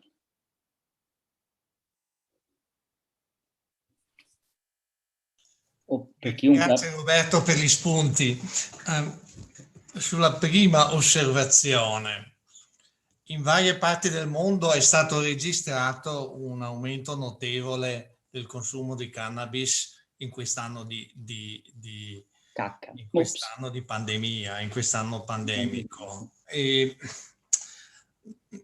c'è da considerare che naturalmente il cannabis può avere molte azioni, non per ultima una delle azioni che è sotto osservazione, che trova riscontro, è quella di contribuire a bloccare l'ingresso del virus nel corpo umano. E lì naturalmente il fumare fa male alla salute, rende particolarmente vulnerabili proprio le vie d'ingresso, le mucose, per dirlo al signor Lobis in termini, diciamo, in termini molto, molto banali. Quindi io credo l'associazione guadagnerebbe anche in credibilità se in questo momento, dove si parla di evitare infezioni virali e respiratorie, trasmettesse ciò che ha portato l'FDA a fare un warning, che ha portato l'OMS a farle una segnalazione. Questo un suggerimento da parte mia all'associazione. Io credo e capisco il rischio anche di essere fraintesi, ma che come credibilità e come autorevolezza, se localmente l'associazione si facesse portavoce di ciò che è un dato, diciamo, scientifico, medico acquisito, farebbe un'ottima attività. Sull'aspetto dell'impiego clinico siamo al momento in fase sperimentale e in fase anche speculativa. E devo premettere anche che non sta a me esprimere un giudizio, perché sono un povero clinico al fronte che lotta tutti i giorni fianco a fianco ai pazienti in questo contesto dove appunto da un anno abbiamo creato un po' tutti delle competenze specifiche, a me, ripeto, mi sembra l'ipotesi più promettente quella se si riuscisse a prevenire il scatenarsi della tempesta. E per questo io da settimane sto, per quanto possibile, cercando di seguire un po' l'andamento dello studio a Tel Aviv, e ho scoperto appunto che anche a Klagenfurt hanno fatto un lavoro molto bello che sta per essere anche pubblicato, tra l'altro. Però convincere medici responsabili di terapie intensive alla nostra latitudine di fare un esperimento di questo tipo, Roberto, lascio a te dire che probabilità potremmo avere. Io aspetto con grossa curiosità.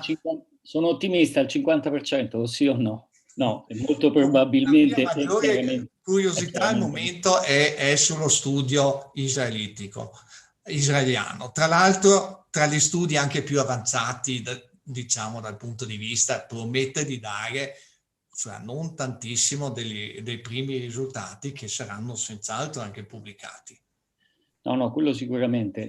Diciamo i dati preclinici sono promettenti. Fumare non se ne parla proprio. La questione è, appunto, essendo un fitocomplesso complesso, possiamo dosare solo THC e CBD e da studi anche su altre cose si è visto che lavorano insieme THC e CBD e tutto il resto.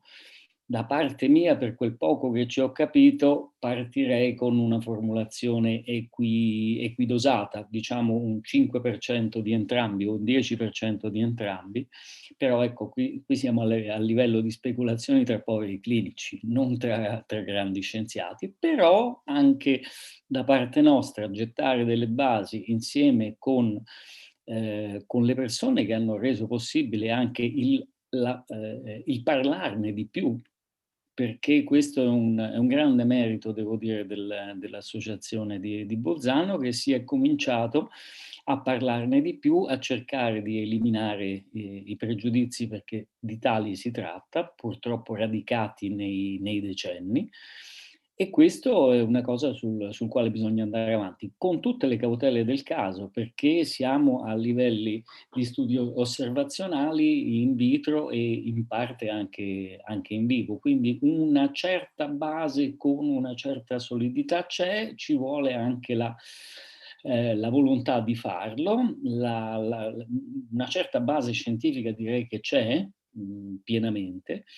È questione di portare avanti la discussione. Come ti ho detto, parlare, oggi mi hanno chiesto per un'intervista, parlare ma lo stesso che stiamo facendo qua, quando parli a un po' più persone, dici mi devo esprimere su cannabis e Covid, che ti dico, ci sono gli studi in corso, ci sono delle cose promettenti, la questione è che ruolo possa avere nella terapia combinata, perché io dall'inizio, da quando è scoppiata un anno fa, mi era venuta l'idea, come per altre cose, che gli anticorpi monoclonali possano essere la terapia. Stiamo cercando la terapia, il vaccino.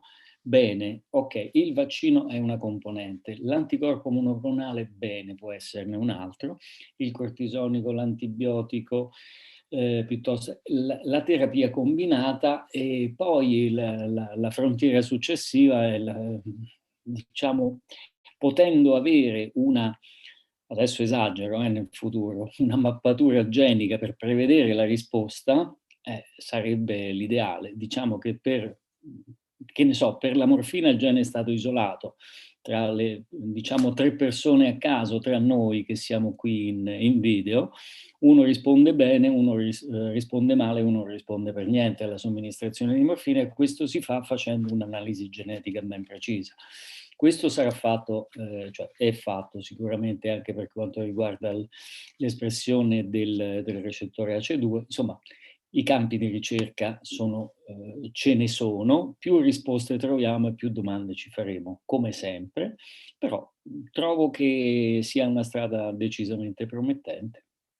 E non era una critica, era solamente Non so se è il momento giusto quello dell'ingresso in terapia intensiva, o uno stadio prima o 2 stadi prima.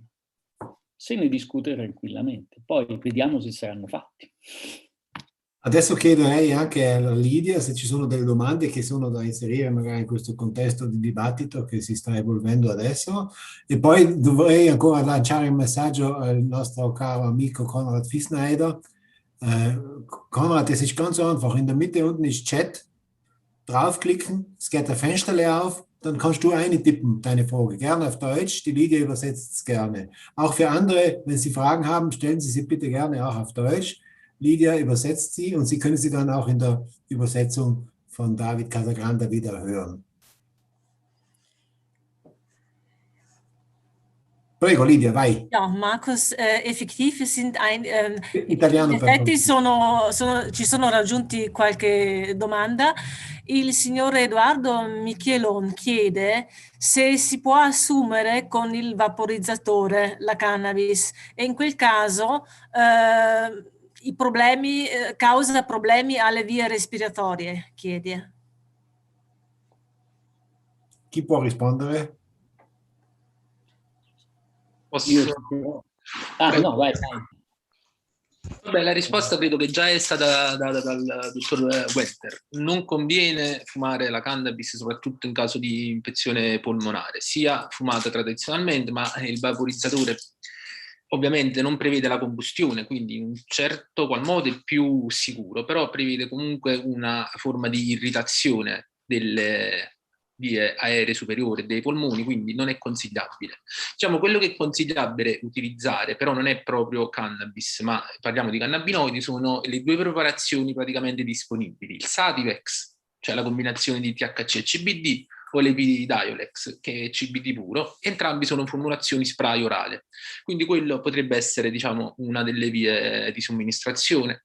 Ci sono le capsule decarbossillate, ci sono gli estratti orali, e questi anche andrebbero bene. Io, come credo che di aver capito anche i medici qui, ritengo che non bisognerebbe fumarla in nessun modo, neanche vaporizzata, in caso di infezione polmonare.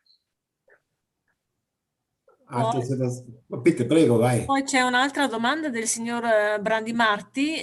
Lui chiede: e le capsule decarbosilate come mezzo di somministrazione potrebbe andare?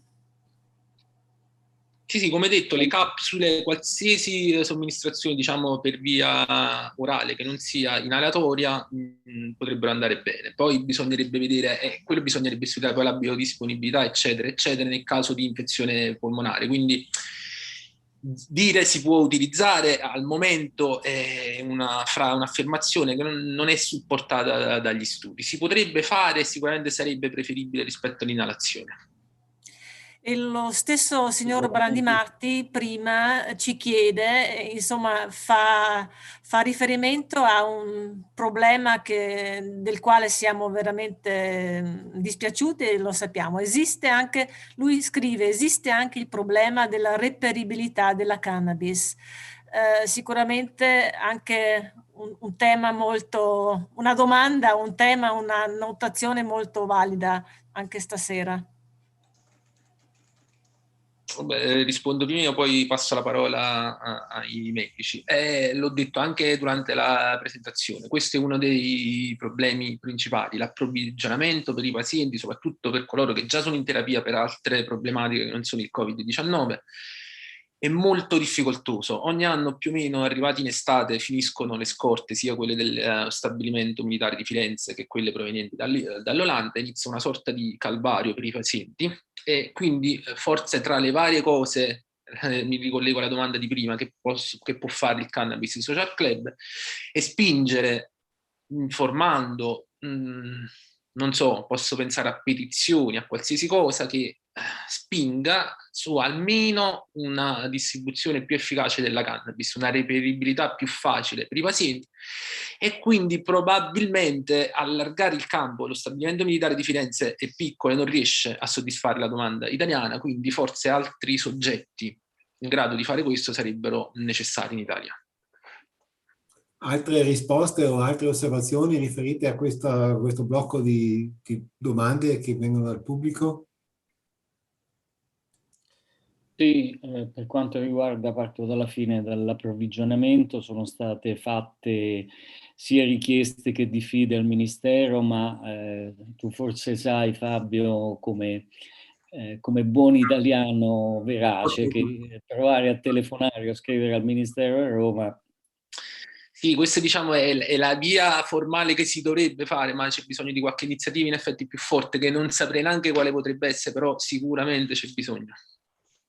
La strada, secondo Io me... ne avrei ben idee, perché noi viviamo in una provincia autonoma e vorrei forse anche un po' incentivare nella politica di far fronte anche a questo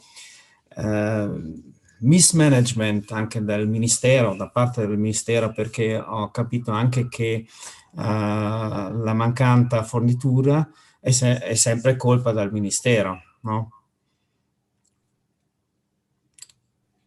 Allora facciamo noi un dicastero specifico e proviamo la nostra efficienza.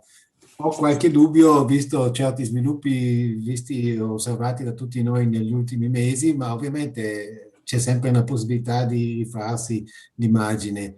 Il dottor Venter ha scritto qualcosa nel chat, lo vorrebbe magari spiegare anche qua in platea? È semplicissimo. Sono poche le discipline mediche che sono autorizzate a prescriverlo con rimborsabilità. Per esempio, nel mio caso, nel mio gruppo, ci sono diversi medici che da anni si erano fatti una buona esperienza. I geriatri, per normativa nazionale e per normativa recepita dalla provincia, non sono autorizzati a prescrivere.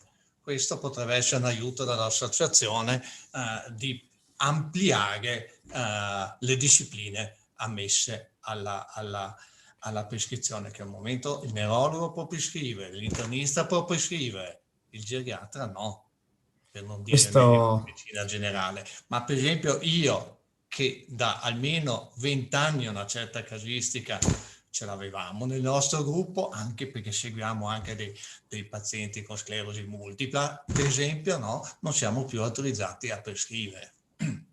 Questo davvero è una cosa assurda, perché poi si è visto dalle statistiche che gli anziani sono proprio la fascia di popolazione che maggiormente utilizza la cannabis nel mondo, sta iniziando ad utilizzarla maggiormente, ovviamente sono quelli con più patologie e quindi ne traggono più beneficio.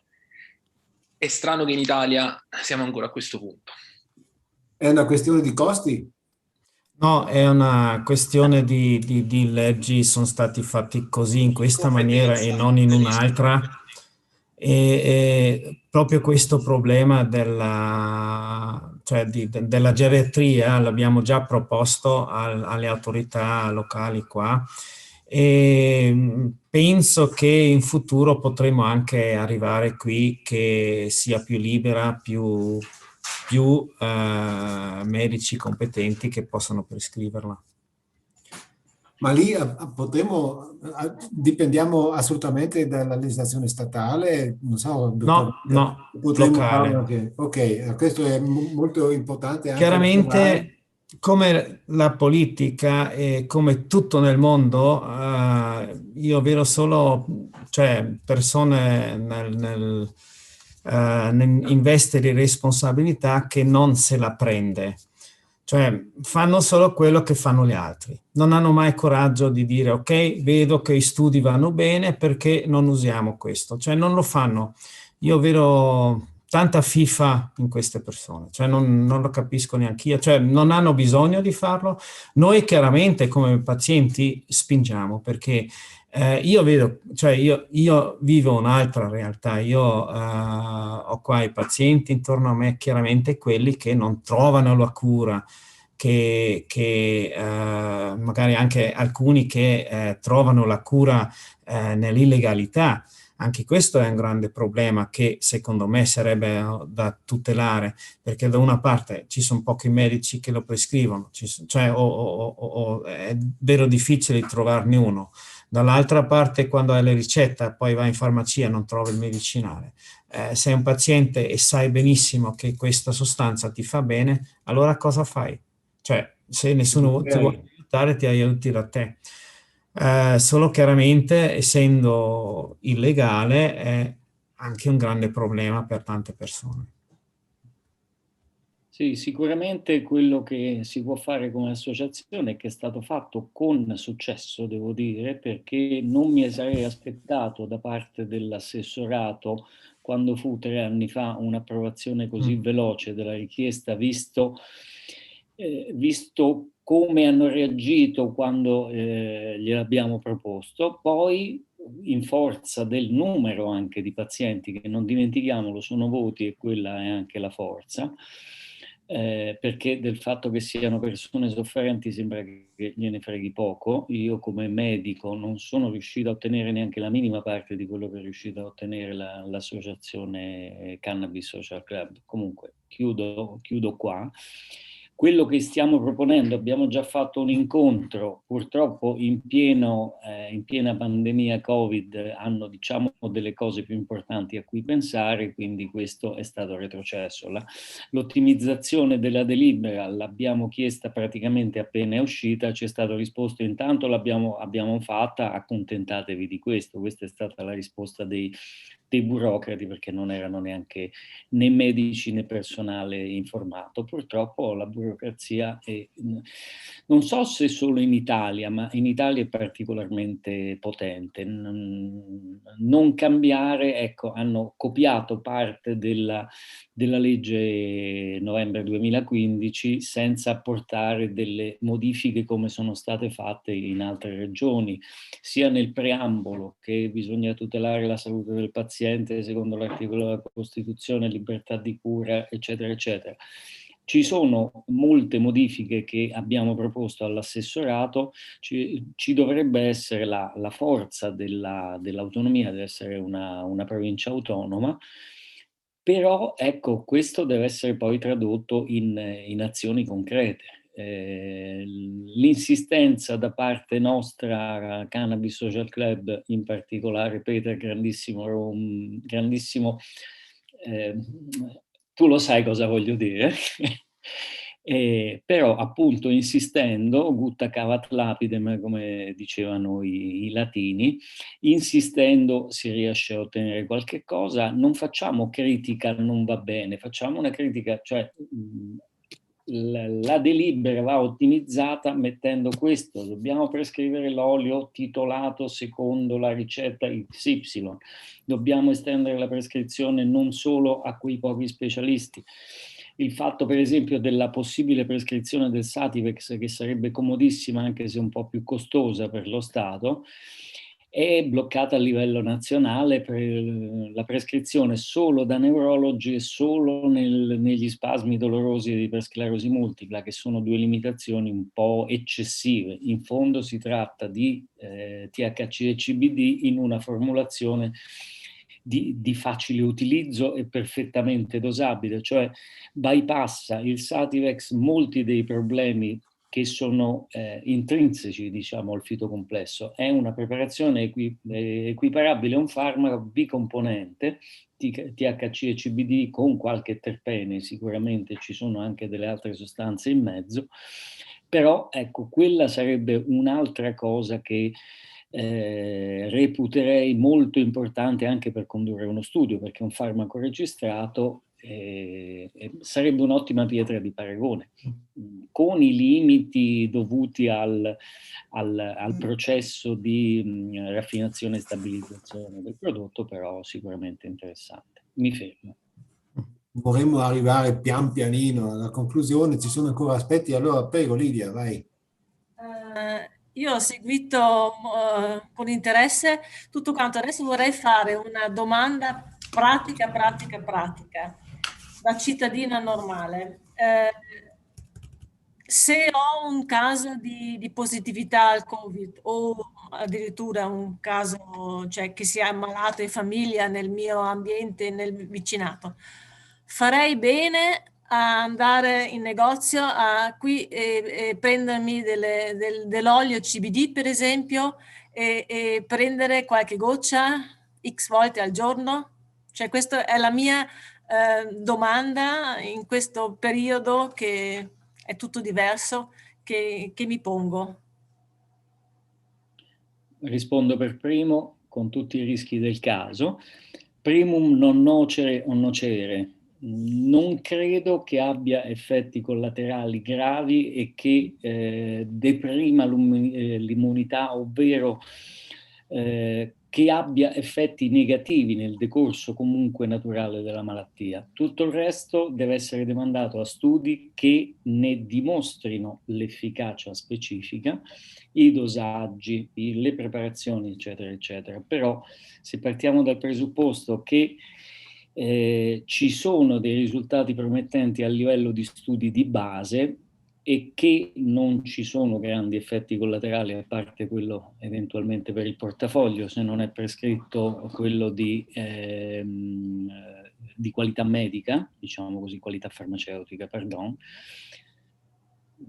Primum non nocere per me vale, però ecco. Grazie. Altre risposte a questa domanda? Concordo pienamente con quanto detto. Non ci sono, diciamo, studi che lo possono davvero, che spingono nell'utilizzo, che quindi possiamo dire fai bene in questo caso a utilizzarlo, però gli effetti collaterali sono pochi.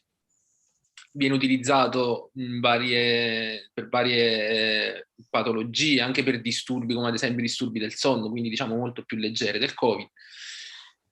Non lo sto consigliando, però rimando alla risposta del dottor Pittini. Pienamente in linea con i colleghi.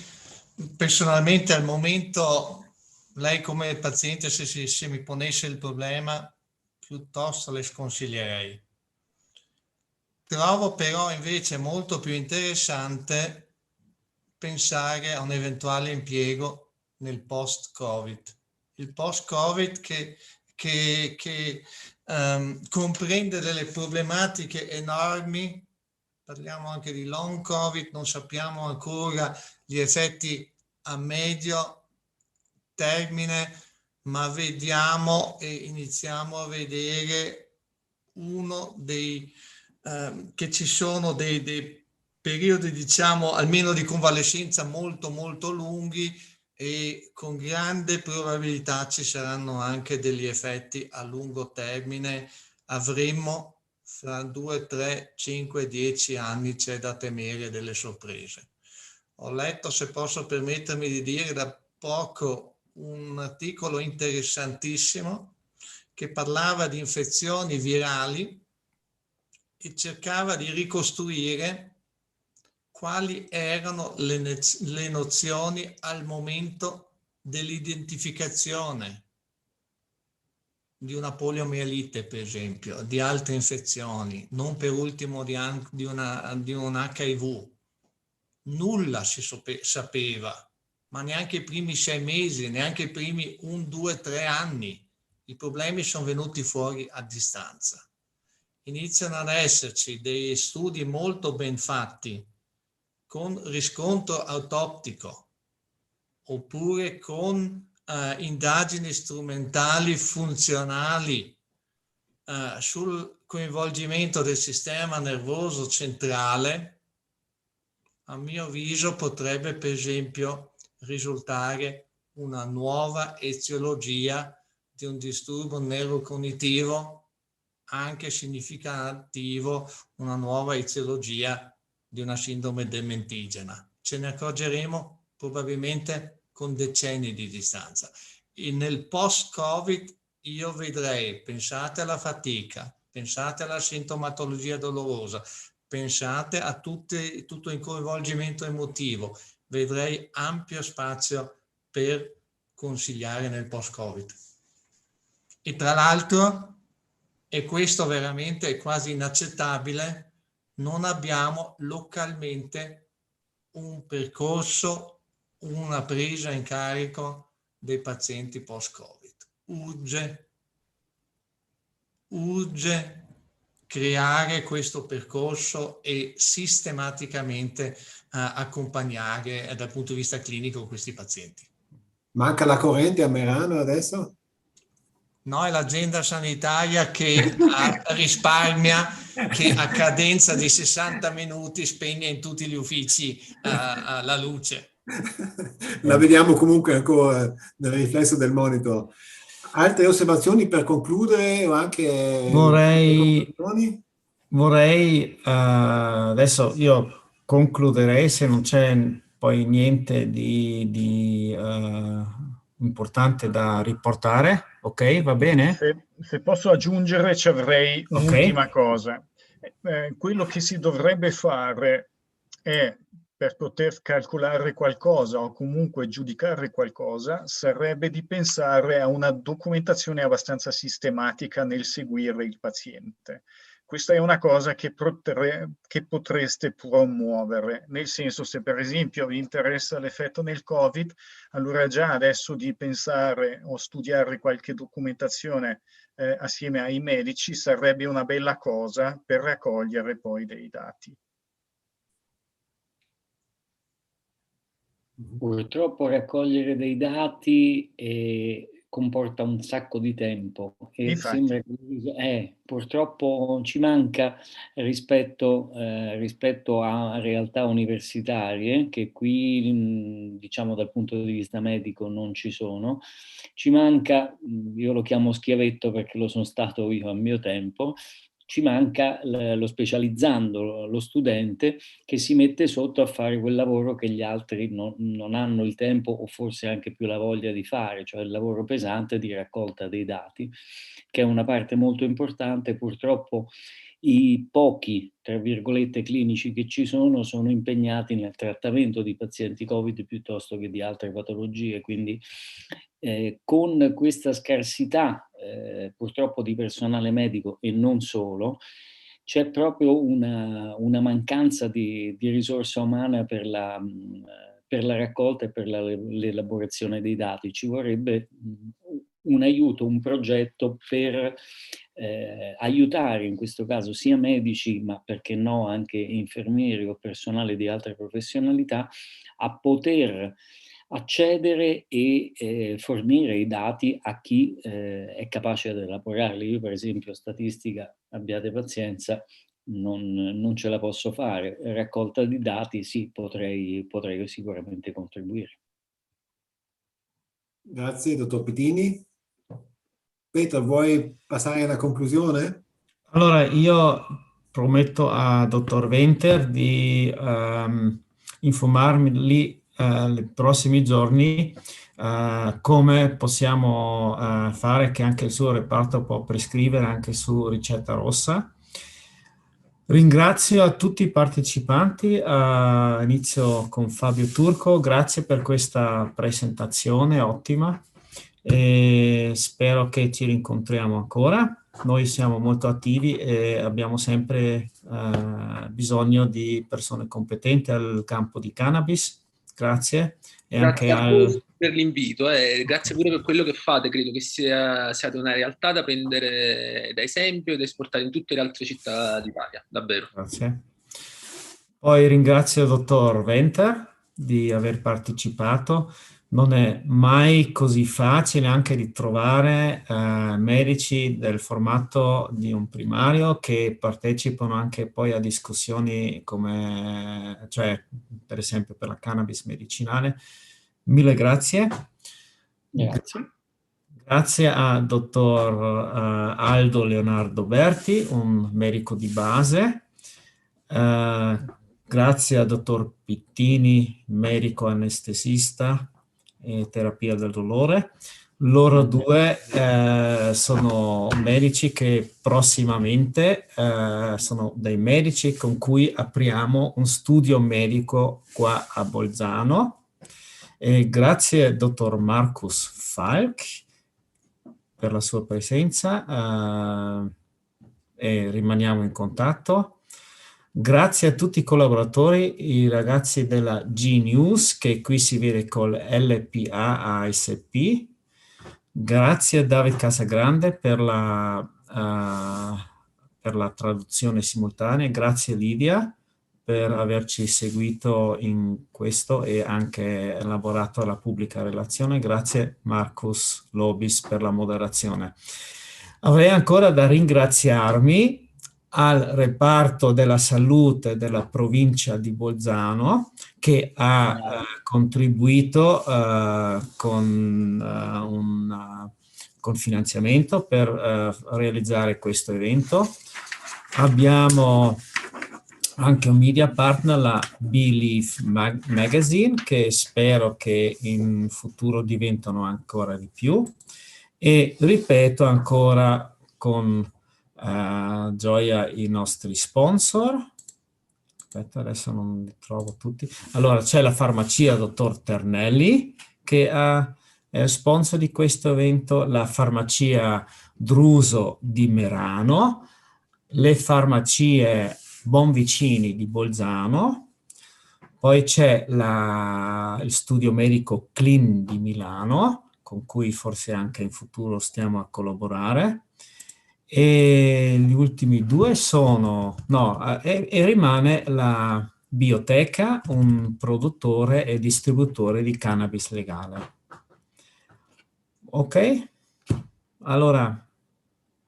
Grazie Peter, perché se no non ti ringrazia nessuno, ma ti hanno già ringraziato, ma sicuramente ti ringrazio anch'io per l'impegno profuso fin dal primo minuto in credere in questo folle progetto di sradicare i pregiudizi inutili sulla cannabis e la strada mi pare che la stai battendo bene, stai mettendo giù un po' d'asfalto, come diceva Marcus.